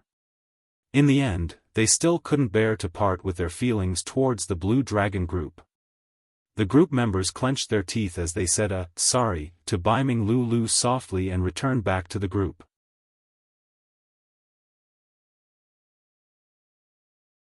Chapter 6:14. Lulu, come back. Yi Qing Luo didn't force her. Since these people weren't willing to accept their help, then they could only forget about it. Yan Xiaoyi's spirited eyes were filled with rage as she clenched her fists tightly. Qing Luo, they're simply too much. That slut only knows how to stir up trouble. Isn't she just jealous that sister is prettier than her? Li Mao's lips curled upwards in disdain. As a half-human half-beast, especially a cat beast, Li Mao was able to sense a human's emotions at the first instance. Tong Zi Qing's cold face revealed disdain. They want to measure the heart of a gentleman with the yardstick of a villain. Later when they meet with danger, no one is allowed to lend a helping hand. Tong Zi Qing's voice wasn't loud, but it absolutely wasn't soft either. These words, which were filled with disdain, were clearly transmitted to Blue Dragon Group. Lan Ling Nuo gave a cold harumph. Who needs your help? As for you guys, don't cry to us for help. Blue Dragon Group's members all looked at Lan Ling Nuo as though they were looking at an idiot.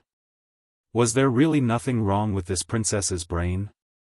Earlier in that dangerous situation, their 100 brothers were now left with 40 over people.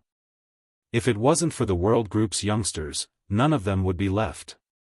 They had already walked on the edge of life and death, and she still hadn't realized the current situation. Human nature was like this.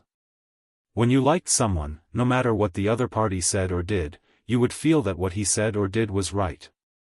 Whereas when you really hated someone, no matter what he said or did, it would be a capital word, no. Shun. Previously, because of Ji Tsang Tian, they felt that Lan Ling Nuo was as beautiful as a goddess. But now, because of Ji Tsang Tian, they felt that Lan Ling Nuo was a source of trouble.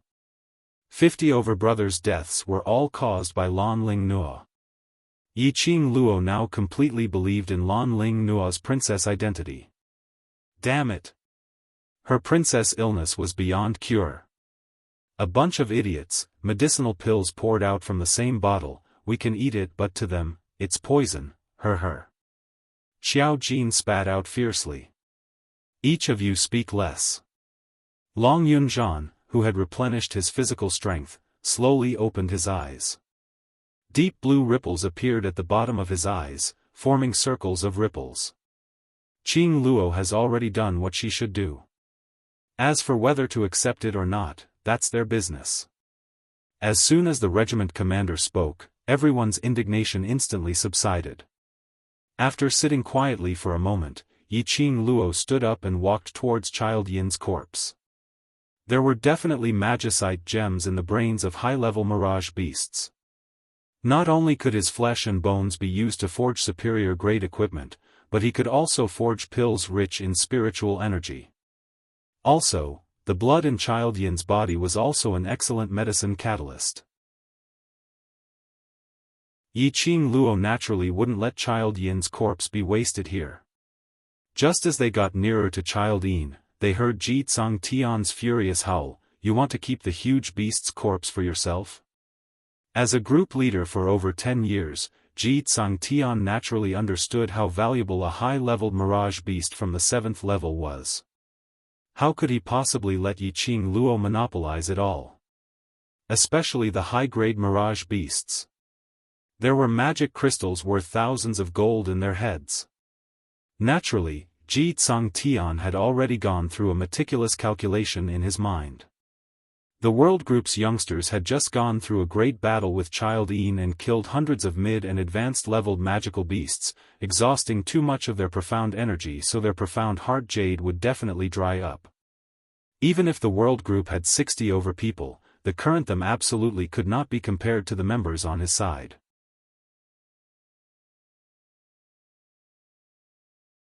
Chapter 6:15. Yiqing Luo's lips twitched as she glanced sideways at Ji Tsang Tian with a smile which didn't look like a smile. Blue Dragon Group leader's meaning is. You also want to split Child Yin's corpse? Ji Tsang Tian straightened his back. That's of course. The huge beast's death, our Blue Dragon Group has contributed quite a bit. Pausing for a moment, he turned back and swept a glance at the group members behind him as his confidence increased. Moreover, our Blue Dragon Group has lost 50 over brothers while none of you have died. That's enough to show how much we have contributed. Blue Dragon Group's members all opened their eyes wide. The World Group's youngsters all had a cursing expression on their faces. Damn it! They knew Ji Tsang Tian was shameless, but they didn't know that he was this shameless. He was simply shameless. He could even say such shameless words. Yi Qing Luo's lips curled into a chilly smile as her fingertip hooked slightly. A petite and adorable fox and a petite leopard jumped onto Yi Qing Luo's arms and stood on her shoulders, one on the left and one on the right. On the backs of these two little war pets hung a space bag, and there were several pieces of magical beast cores in their mouths. Under everyone's gaze, they openly spat them into the space bag. This time round, the group of members who were rather speechless towards their own group leader started staring at that bag of magical beast cores. That's right. There were also magical beast cores. Earlier there were a total of 200 over intermediate and advanced leveled magical beasts, so there might even be magic crystal stones. They were only thinking of preserving their lives and had totally forgotten about this matter. They had not expected. Yi Qing Luo actually asked her two war pets to go pick up those magical beast cores. The one with the biggest reaction was Lan Ling Nua, slut. You actually dare to steal the magical beast cores behind our backs. Quickly pass the magical beast cores to us. Otherwise, don't blame us Blue Dragon Group for not standing on ceremony. The other members were also a little displeased in their hearts. Although towards Yi Qing Luo and the others, they were filled with admiration. But earlier, those magical beasts, they had indeed put in some effort. Moreover, these magical beast cores might possibly contain magic crystal stones, which was a huge sum of money. People's hearts were easily swayed by money. This was human nature. One of the group members who had joined in the battle earlier turned towards Yi Qing Luo's direction and said, "Miss Yi, although the group leader's words are a little harsh, but it's not without reason. Everyone here are people who had joined in the battle. These magic cores, magic crystals, should be split amongst us." Yi Qing Luo retrieved the space bag from Shiju's back and immediately grabbed a handful of it. The magic core in her palm shone brightly. The corners of her mouth curled up slightly, and her eyes were tainted with some mockery. "Originally, I had indeed intended to divide these demon cores equally, but, seeing the leader of your esteemed group eating in such an unsightly manner made me lose my appetite." Soon after, with a wave of her hand, the monster core in her hand was thrown towards the small stream beside her. Pieces of monster cores fell into the edge of the stream. He could vaguely see that there were 2 mana crystals mixed in. Mana stones. That was a mana stone. Wasn't it a little too casual to throw it away just like that? Even if I throw it away, I don't want to give it to you. Yi Qing Luo looked at Ji Tsang Tian, who was staring at the stream with a steely green expression as she gave a charming smile. "I hate being forced the most." "You." Lan Ling Nua stood up in a flustered and exasperated manner as she walked over and pushed Yi Qing Luo fiercely. "You slut. You snatched our bear beast's corpse and now you still want to forcefully occupy the huge beast's corpse. You even want to snatch away the magical beast core which our Blue Dragon Group had risked our lives to exchange for. Don't you have any face?" Yo! This little princess actually knew what face was.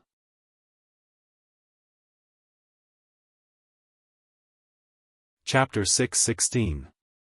His 5 fingers clenched tightly, and scarlet traces appeared on his plain white wrist. Yi Qing Luo leaned close to Lan Ling Nua's face, as a pair of bewitching eyes looked at her coldly, with that arrogance. Lan Ling Nua felt her legs go weak, and a chill rose from the bottom of her feet. He felt as if he was in an icehouse, so cold that it was bone-chilling. He wanted to struggle, but he didn't have the strength to do so. "Should I say that you are daring or foolish?"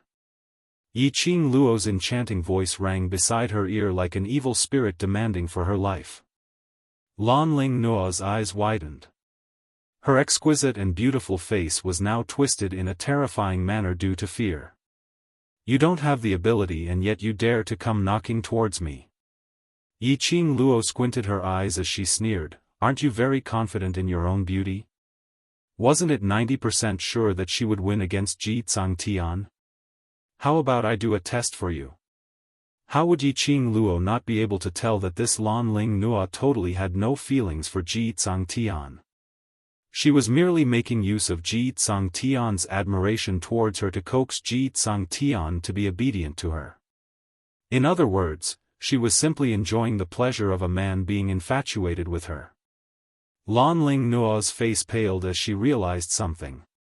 Indeed, he heard Yiqing Luo laughing coldly, "I'll kill you and let's see if Ji Tsangtian will help you take revenge and kill me." You. Lan Ling Nuo was so scared that her face turned pale as she stared at Yiqing Luo in terror. "You dare to kill me? I am the princess of the East Continent. My status is noble, you. Lan Ling Nuo was in the middle of loudly announcing her identity with a sharp voice when her body suddenly became light. Her entire person fell to the ground in a sorry state. The blood of the demonic beasts covered the ground and stained her body. The angle of Yiqing Luo's casual throw was extremely good. Lan Ling Nuo's face first landed on the ground, and she immediately rolled in a circle. She collided with the corpse of a magical beast at the side, and coincidentally buried herself in the wound of the magical beast's corpse. When Lan Ling Nuo's stomach churned from the smell of blood, she lifted her head. Her head was almost completely covered in blood. Just the thought of a bloody head sent chills down his spine. Ah! Lan Ling Nuo's vision was filled with the color of blood. Her entire head was covered in mucus and blood, which flowed down her face continuously. She hugged her own face, screaming as she tried to run towards Ji Tsangtian's direction. Although the members of the Blue Dragon group had been through many battlefields and had seen many dead people, they were still shocked when they saw a bloody man charging at them. One by one, they dispersed. No one dared to get close to her. "Aren't you trying to distort the truth? Aren't you trying to forcefully eat something that doesn't belong to you? Don't you like monster cores? As their sister-in-law, if I don't do something for them, how can I convince the public?" Yiqing Luo's chilly voice had a hint of ridicule in it. Following that, the feather fan in Yiqing Luo's hand shook slightly and a ray of red light suddenly lifted Lan Ling Nuo's body up. Plop! Lan Ling Nuo's entire body plunged into the stream. The stream was instantly dyed red. As a princess, Lan Ling Nuo naturally knew how to swim. But right now, Lan Ling Nuo's beautiful face had been ruined by Yiqing Luo, and she was suddenly thrown into the middle of the stream, so how would she be able to react in time? She flopped around for a while and sunk into the water. Yiqing Luo's sweet voice was heard from the shore, "It's just a slight effort, no need to thank me." Thank? It was already not bad that she didn't kill her. Ji Tsangtian was so angry that his entire face turned black as charcoal, as he trembled all over. This woman was simply too arrogant.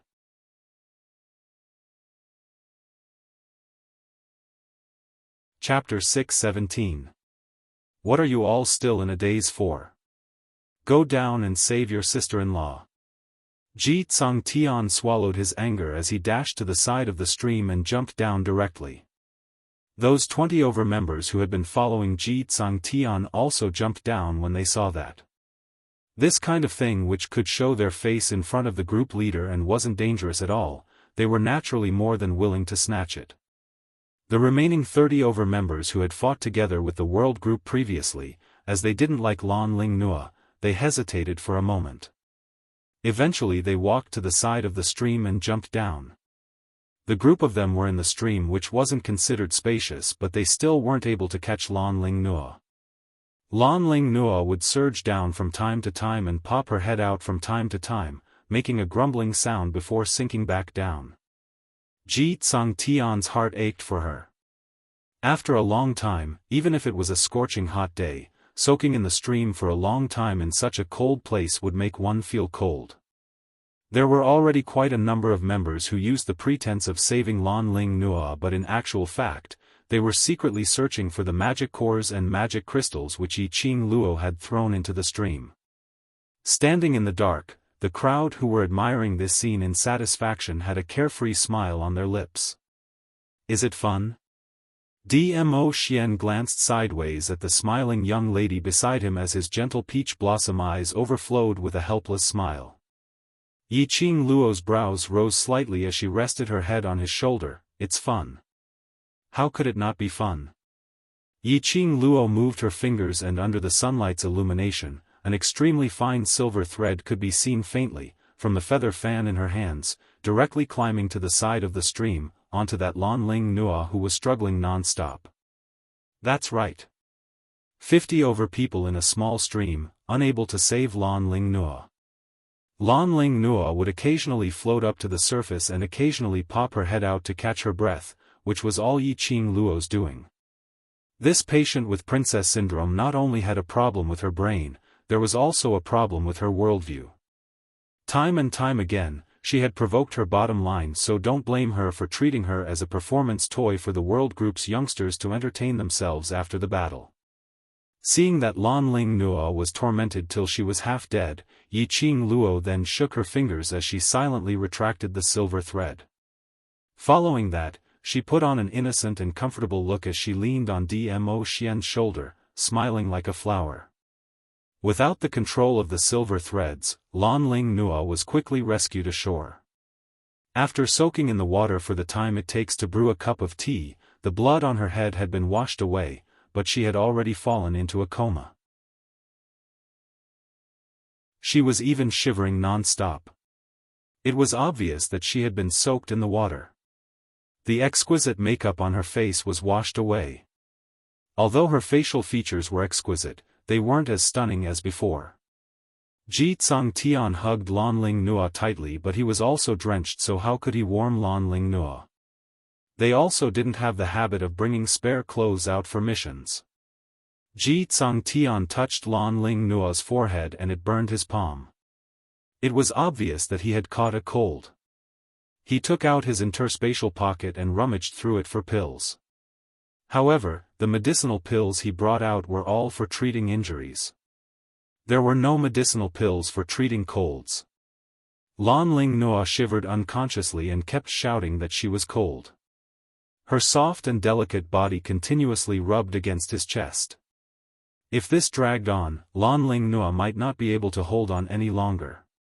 At least, he had to let Lan Ling Nua change into a set of clean clothes. Ji Tsangtian bit his lips tightly as he hesitated in his heart for some time. In the end, he still couldn't bear to see his beloved woman suffer as he looked towards Yiqing Luo and the others. Take off your clothes.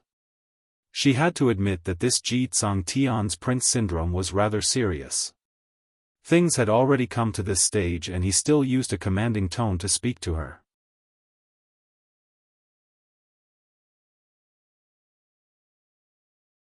Chapter 618.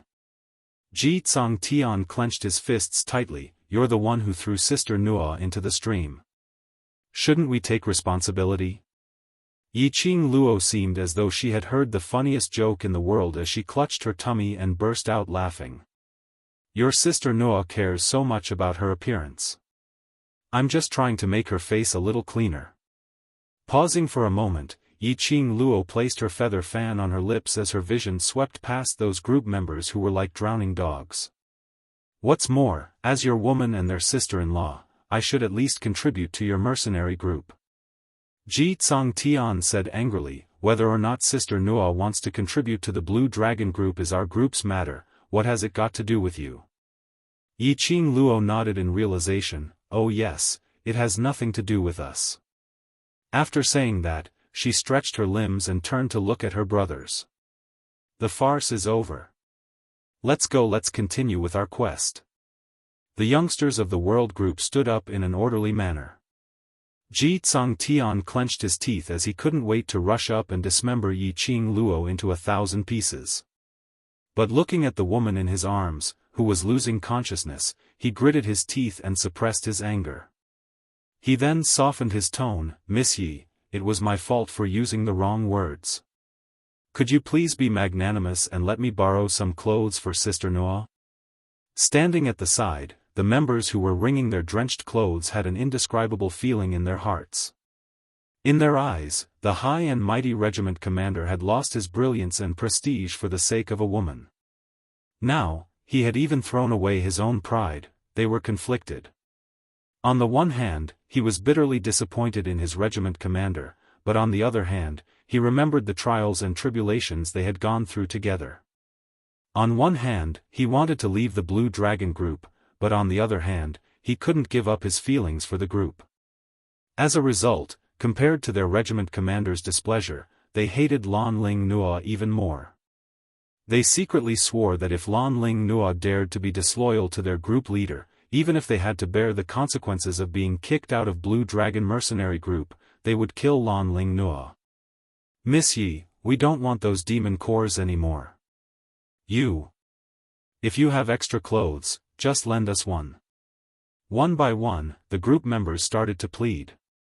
Ji Tsangtian stared fiercely at the group member who said that as he opened his mouth to stop him. But on seeing Yi Qing Luo's disdainful gaze, he instantly shut his mouth. Now, he was the one who needed her help. He could give up on the magic cores. He could give up on the mana crystals. But Lan Ling Nua must not be allowed to die. Originally he thought that Yi Qing Luo would be extremely difficult to deal with, even taking the opportunity to humiliate him, so Ji Tsangtian was already mentally prepared. However, Yi Qing Luo only revealed a difficult expression, propped her chin and pondered for a moment. Actually, it's just a piece of clothing. It's not impossible. Ji Tsangtian suddenly raised his head. Not only will I give you a set of clothes, I can let all of you change into dry clothes. Yi Qing Luo's long and narrow eyes hooked up into a crafty arc. Clearly, he was plotting something. Even though he knew it was a scheme, Ji Tsangtian could only bear with it. What conditions do you have? Right now, it should be 5 in the afternoon.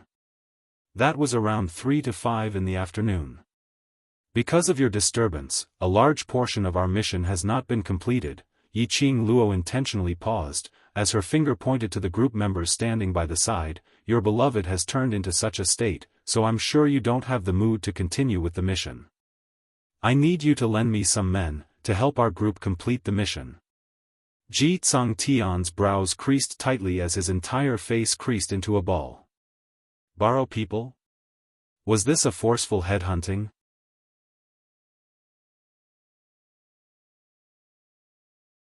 Chapter 6:19. This explanation might as well not explain at all.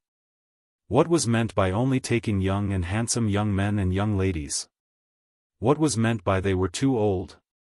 Wasn't this blatantly ridiculing their age? The faces of the members of the Blue Dragon group twitched uncontrollably.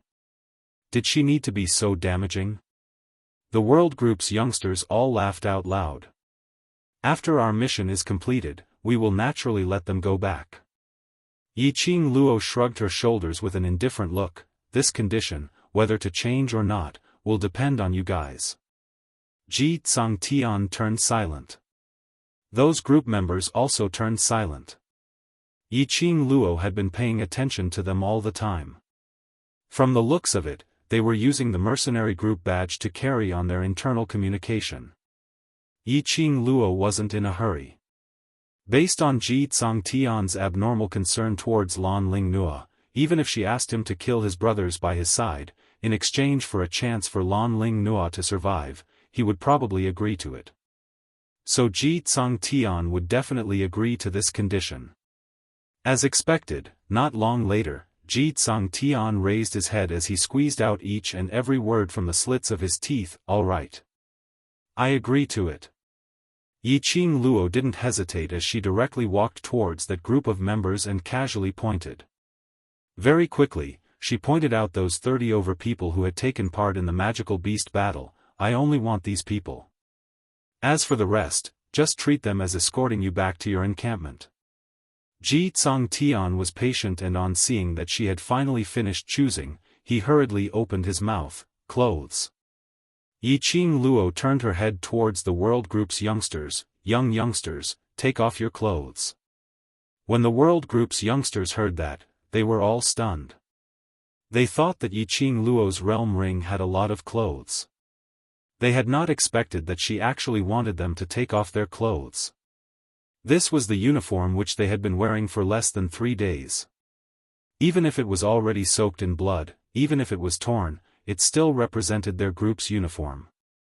These youngsters were unwilling and Ji Tsangtian frowned. You want us to wear your clothes? Up to you. Yi Qing Luo replied impolitely. You. Ji Tsangtian's muscles tensed up as his anger had already rushed to the top of his head. Lan Ling Nua unconsciously moaned in pain as her little face flushed an abnormal shade of red and her body which had crashed into his embrace was boiling hot. Ji Tsangtian panted heavily as he suppressed his anger. Yes. Go get changed, Long Yunzhan said calmly. The teenagers hesitated for a moment, and then one by one, they got into the bushes at the side and began to change their clothes. Yan Xiaoyi had ordered 2 sets of uniforms for everyone and everyone was wearing them. After a while, sets of clothes piled up on the ground. The youths changed into clean uniforms and walked out. This scene made Ji Tsangtian's eyes twitch. There were clean clothes, but he had to give them dirty clothes. But this time round, Ji Tsangtian had learnt his lesson and didn't mention it again. Sloppy clothes were better than these soaked clothes. A group member picked a slightly cleaner set of clothes from the pile and passed it to Ji Tsangtian. Ji Tsangtian carried Lan Ling Nua and was just about to help Lan Ling Nua change her clothes when he suddenly saw a piece of clothing covering his head. Just as he was about to tear off the thing covering his head, he heard a lady's clear and sweet voice, "These are clothes which I have not worn before. You wouldn't wish for your sister Nua to wear other men's clothes, right?" That one sentence successfully made Ji Tsangtian's twisted fingers loosen up. Indeed, he wasn't willing for Lan Ling Nua to wear other men's clothes. Looking at Ji Tsangtian's back view as he went into the forest to help Lan Ling Nua change her clothes, Yi Qing Luo's lips curled into a crafty cold arc.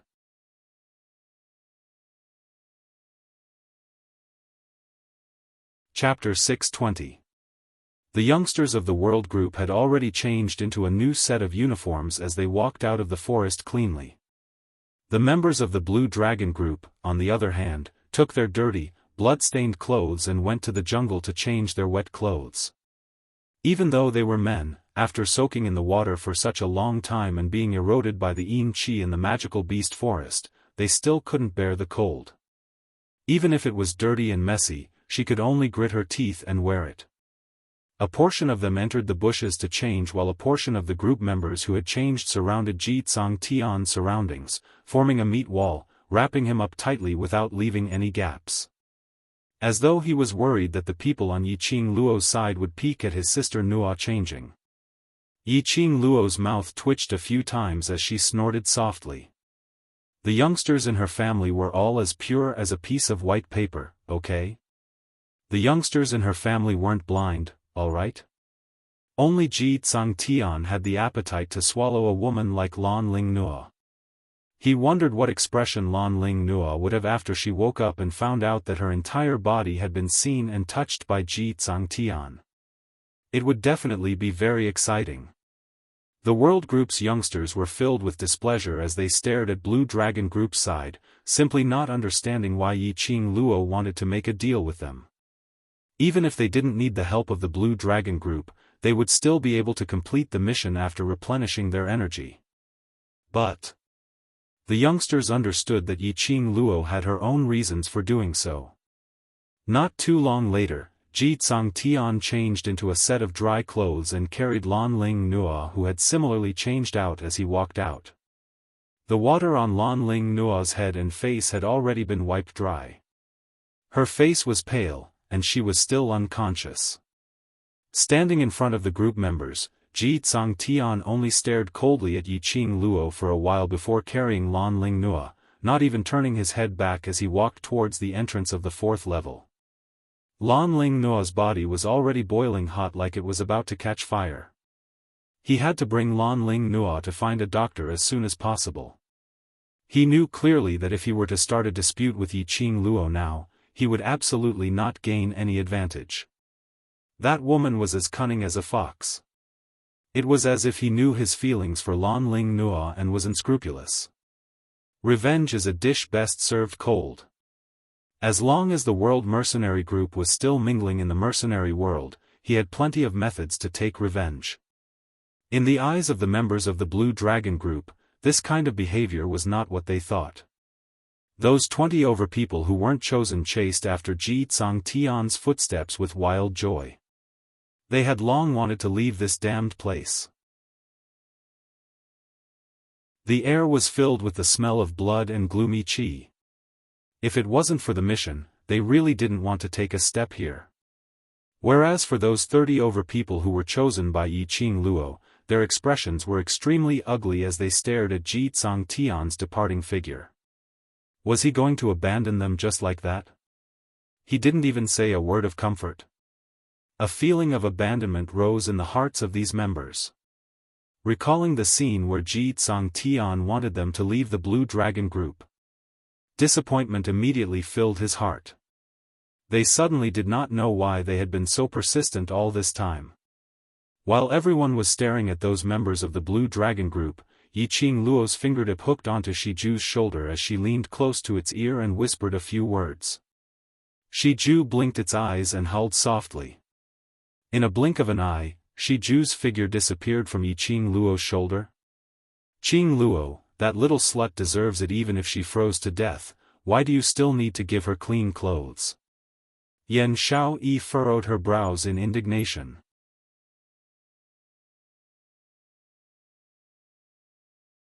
Chapter 621. Scapegoat? The youths were puzzled.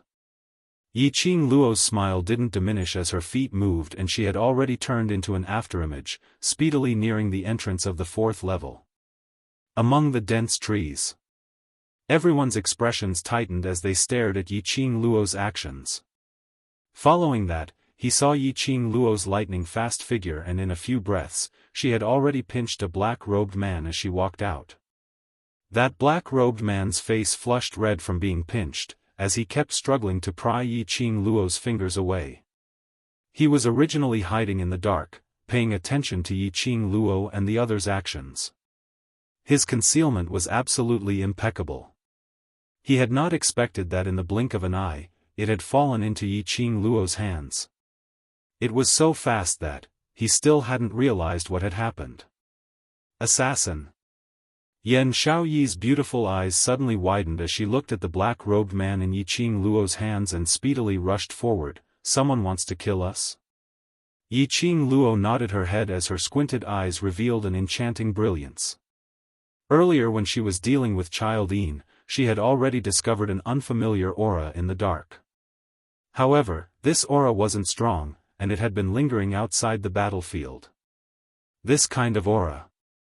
To Yi Qing Luo, who was once a killer, she was absolutely not unfamiliar with it. There were assassins lying in ambush nearby.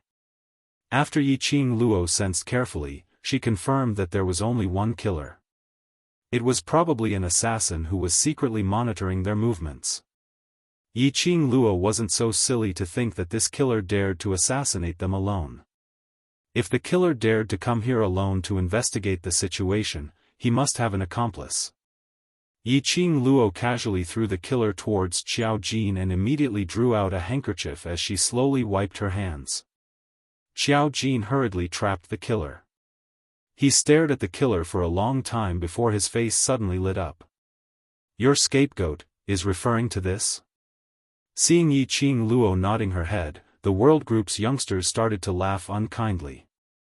That's what they said, anyone who offended their Madame Qing Luo, no matter who it was, they could forget about having it easy.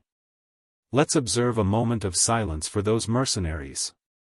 The youths all closed their eyes and observed a moment of silence. In fact, he couldn't hide the smile on his face. He had to admit that Yi Qing Luo was indeed treacherous. The assassins did not know who their target was.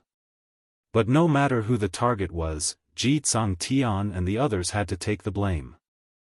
This was not a light scapegoat. If he was not careful, he might be smashed to death by this walk.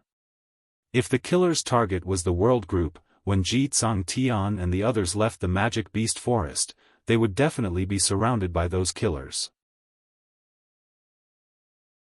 If the killer's target was the World Group or Yiqing Luo, Ji Tsang Tian and the others had left the Magic Beast Forest and they were wearing the World Group's uniform. Those killers wouldn't care if Ji Tsang Tian and the others were from the World Group, as they would definitely make a move on them who were wearing the World Group's uniform. If it wasn't for the fact that she had already planned it out in her heart, how would she possibly be so kind as to make a deal with Ji Tsang Tian? Ji Tsang Tian's entire heart was on Lan Ling Nua, and if it was as expected, after meeting the killers, he would definitely abandon those group members and leave on his own. As for the remaining members, they looked like cowards who were afraid of death. After being abandoned by Ji Tsang Tian, their hearts were in a mess, so not many of them would be able to survive. As for the reason why they chose these members of the Blue Dragon Corps, she had once said that she admired capable people. These cultivators all had a pure and innocent heart, but their ability had been buried by Ji Tsang Tian, that person who had high expectations but low ability. And, most importantly,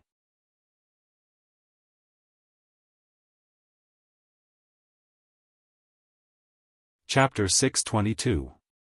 When Blue Dragon Group's 30 over members heard that, their expressions instantly changed as they swiftly turned around, wanting to save Ji Tsang Tian and his group of brothers. "Stand right there." A chilly command was heard, making one shudder. Those 30 over members subconsciously stopped in their tracks as their bodies stiffened, not daring to move. Yiqing Luo walked slowly towards them as her devastatingly beautiful face was masked with a faint layer of frost. Step by step, she walked extremely slowly. Every single step she took made an extremely soft sound. In those members' ears, it was as though that step had stepped on the bottom of their hearts. Heavy, powerless, unable to resist. Yiqing Luo's eyes were like ice as she calmly glanced at them. "Your group leader has already handed over your authority in the Magic Beast Forest to me. We're going to save." Before they could finish their words, they were interrupted by Yiqing Luo's ridiculing laughter. "Save? It's too late. You're all very clear on how much your group leader values that princess. She won't be able to hold on for much longer, and your group leader must have hastened his pace. By now, he should have already met with those killers." The 30 over members' expressions turned uglier by the minute. Their original admiration towards Yiqing Luo had now turned into thick anger. As compared to their admiration towards Yiqing Luo, they were more inclined towards the Blue Dragon mercenary group which they had gotten along with for the past few years. There were simply too many brothers here who had once gone through life and death together.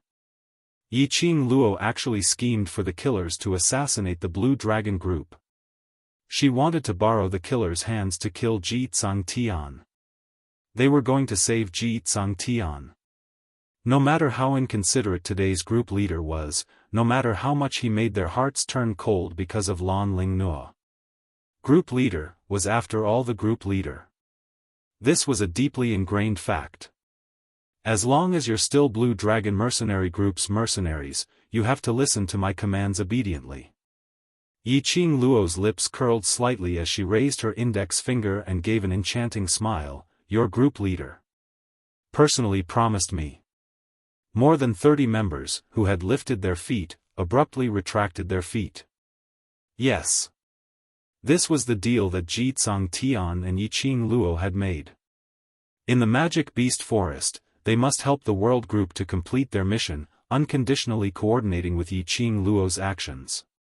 But if they knew that Ji Tsang Tian and the others were being chased by the killers and they still stood by the side, how were they going to face Blue Dragon Group? One side was love, the other side was righteousness. They really didn't know how to choose. Even if you rush over now, it's of no use. Yiqing Luo's eyes were filled with ridicule as she stared at the struggling expressions of these group members.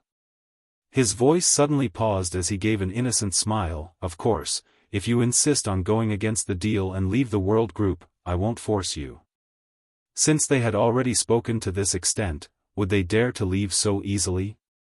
Blue Dragon Mercenary Group was preparing to upgrade to a Silver Plate Mercenary Group, and they must not have any negative comments.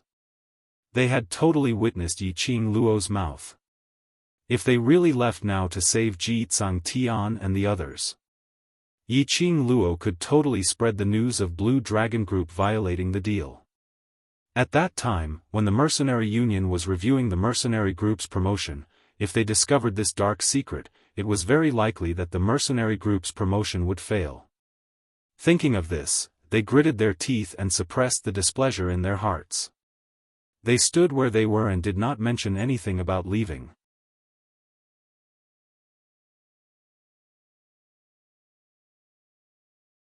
Chapter 623. The black-robed man struggled with all his might as his eyes opened wide, revealing a ferocious gaze as he bared his teeth in an attempt to intimidate Xiao Jin. The black-robed man had heard Yi Qing Luo and the rest's conversation clearly, and had heard everything clearly. These children, who looked to be no more than 15 or 16 years old, actually had such deep scheming minds. Not only did they discover him who was hiding in the dark, they were even able to swiftly counterattack. Killing with a borrowed knife? This wasn't merely killing with a borrowed knife. It would also cause the Blue Dragon Mercenary Group to form a feud with their killer alliance. Even if they had recognized the wrong person and killed the wrong person. But in Ji Tsang Tian's eyes, he would definitely ascertain that these killers were here for him, Ji Tsang Tian. The black-robed man struggled to send out a signal flare, trying to warn his partner. But Xiao Jin's hands, which were clasping the killer's arms, were extremely tight. Who sent you here? Yi Qing Luo walked towards the black-robed man as her vision swept past him. Who's your target? Pui. The black-robed man spat out fiercely. Damn! You still dare to be so arrogant in my hands. Xiao Jin instantly exploded as he threw him onto the ground and immediately stomped on the black-robed man's chest. This stomp was filled with strength. The black-robed man coughed fiercely as blood spurted out from his mouth. He kept on coughing violently as his body kept on shaking. A wooden token slid out from his messy open shirt. The black-robed man's eyes widened in terror as he stretched out his hand in an attempt to snatch that wooden token back. His hand had just stretched out when it was stepped on by a petite foot. A fair little hand picked up that wooden token. The totem carved on the wooden token was extremely exquisite. From that outline, it looked similar to a bat. In the middle of the wooden token, there were 3 words carved in flamboyant calligraphy: Killer Alliance. Killer Alliance?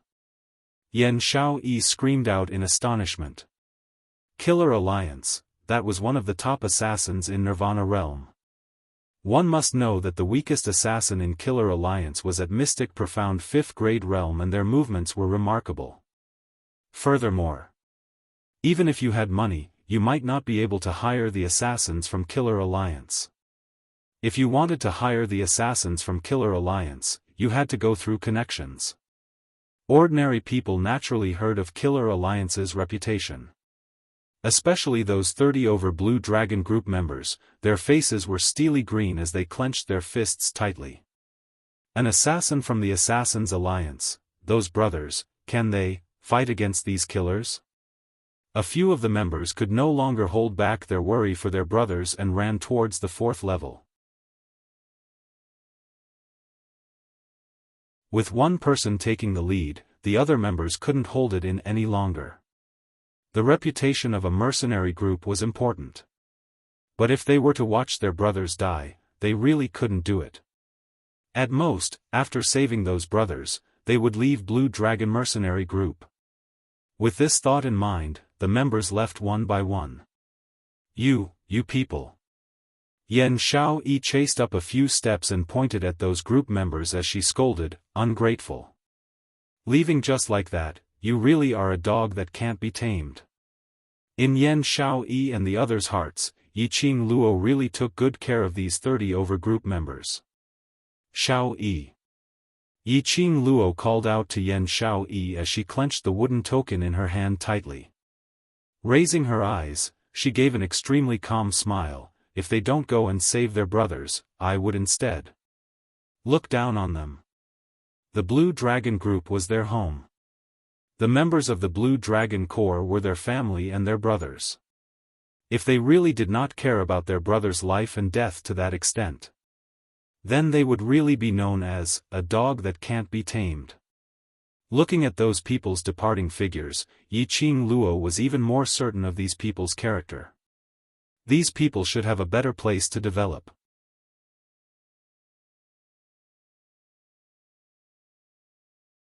Chapter 624. You're thinking of. Long Yunzhan's handsome brows creased slightly, as though he was aware of Yiqing Luo's thoughts. Yiqing Luo tossed the wooden token into the profound phoenix ring and nodded decisively, yes. Long Yunzhan frowned even more. The surrounding youths did not understand the riddle between them and asked curiously. Yiqing Luo only gave a mysterious smile. Killer's Alliance. Yiqing Luo shot her gaze towards the black-robed man. The person who hired your Killer's Alliance is Yuchi family's patriarch, right? The black-clothed man no longer had the strength to struggle. He lay limply on the ground, coughing out a mouthful of blood from time to time. He looked half dead. The black-robed man didn't reply and Yiqing Luo couldn't be bothered to interrogate further. He continued, your target is me. The black-clothed man was still half dead. Yiqing Luo's eyes went into a blank as a bloodthirsty smile appeared, looking at Xiao Jin. Kill him. Killed? Xiao Jin was startled. He hadn't even gotten any information from the black-clothed man, and he was killed just like that? Kill. Yiqing Luo said without hesitation. She could already confirm that the Yuchi family had hired assassins from the Assassins Association. She should have guessed that the Yuchi family head had lost face in front of everyone, and it might even endanger the Yuchi family's position. How could the Yuchi family head let her off so easily? Patriarch Yuchi wished for nothing more than for her to die. These killers were professionally trained killers. They were a group of desperados who did not care about their own lives at all. Moreover, the habit of not being able to complete a mission no matter how big the world was had long been ingrained in his bones. Towards those who were bent on killing her, Yiqing Luo would absolutely not be lenient. The Yuchi family. There was no rush. Prey had to be slowly teased. Only then would it be interesting. After battling with Child Een and hundreds of intermediate and high-leveled magical beasts, these youths obviously felt that their abilities had become much stronger. When it came to the rest of the mission, it was practically effortless for him to obtain the magical beast's corpse. Even the eagle beast, which was the most difficult to deal with, was completed with everyone's help. During the mission, the 30 or so members who had left also returned to the team. Their expressions were ugly and the gazes they used to look at Yiqing Luo were filled with hatred. Yiqing Luo could tell. She was right. Ji Tsang Tian and the others were blocked by the killers at the entrance of the magic beast forest. Furthermore, Ji Tsang Tian brought Lan Ling Nua as they abandoned those group members and escaped. Those members had all died in the hands of the Assassin Alliance's assassins.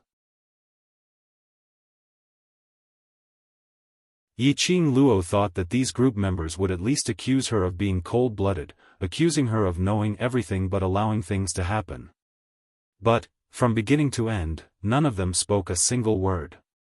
And towards Yiqing Luo and the rest's arrangements and deployment, they were extremely cooperative. When the youngsters were in charge of killing the beasts, Yiqing Luo and Bei Ming Lu were in charge of 3 medicinal herb harvesting missions. After being promoted to Mystic Profound 8th grade, Yiqing Luo clearly felt that no matter if it was speed or skill, it had all increased by more than 1 level. While picking the herbs, she still had the leisure to tease the magical beasts guarding the herbs. By the time they finished all 10 missions and walked out of the magical beast forest, it was already close to midnight. In the pitch-black night sky, a bright moon hung high in the sky, dotted with stars. Having stayed in the magical beast forest for an entire day, the youths immediately felt that the outside world was too beautiful. He no longer had to endure the stench of magical beasts' blood. He no longer had to endure the gloomy cold air from the surroundings. Most importantly, the 10 missions were all completed. The youngsters walked out of the magical beast forest's cold entrance, not bothering about the corpses strewn all over the place, not bothering about the other teams who passed by them. You're tuning in to the Xiaofan's Wuxia Tales YouTube channel. Don't forget to subscribe and join us on this journey to catch the most captivating stories.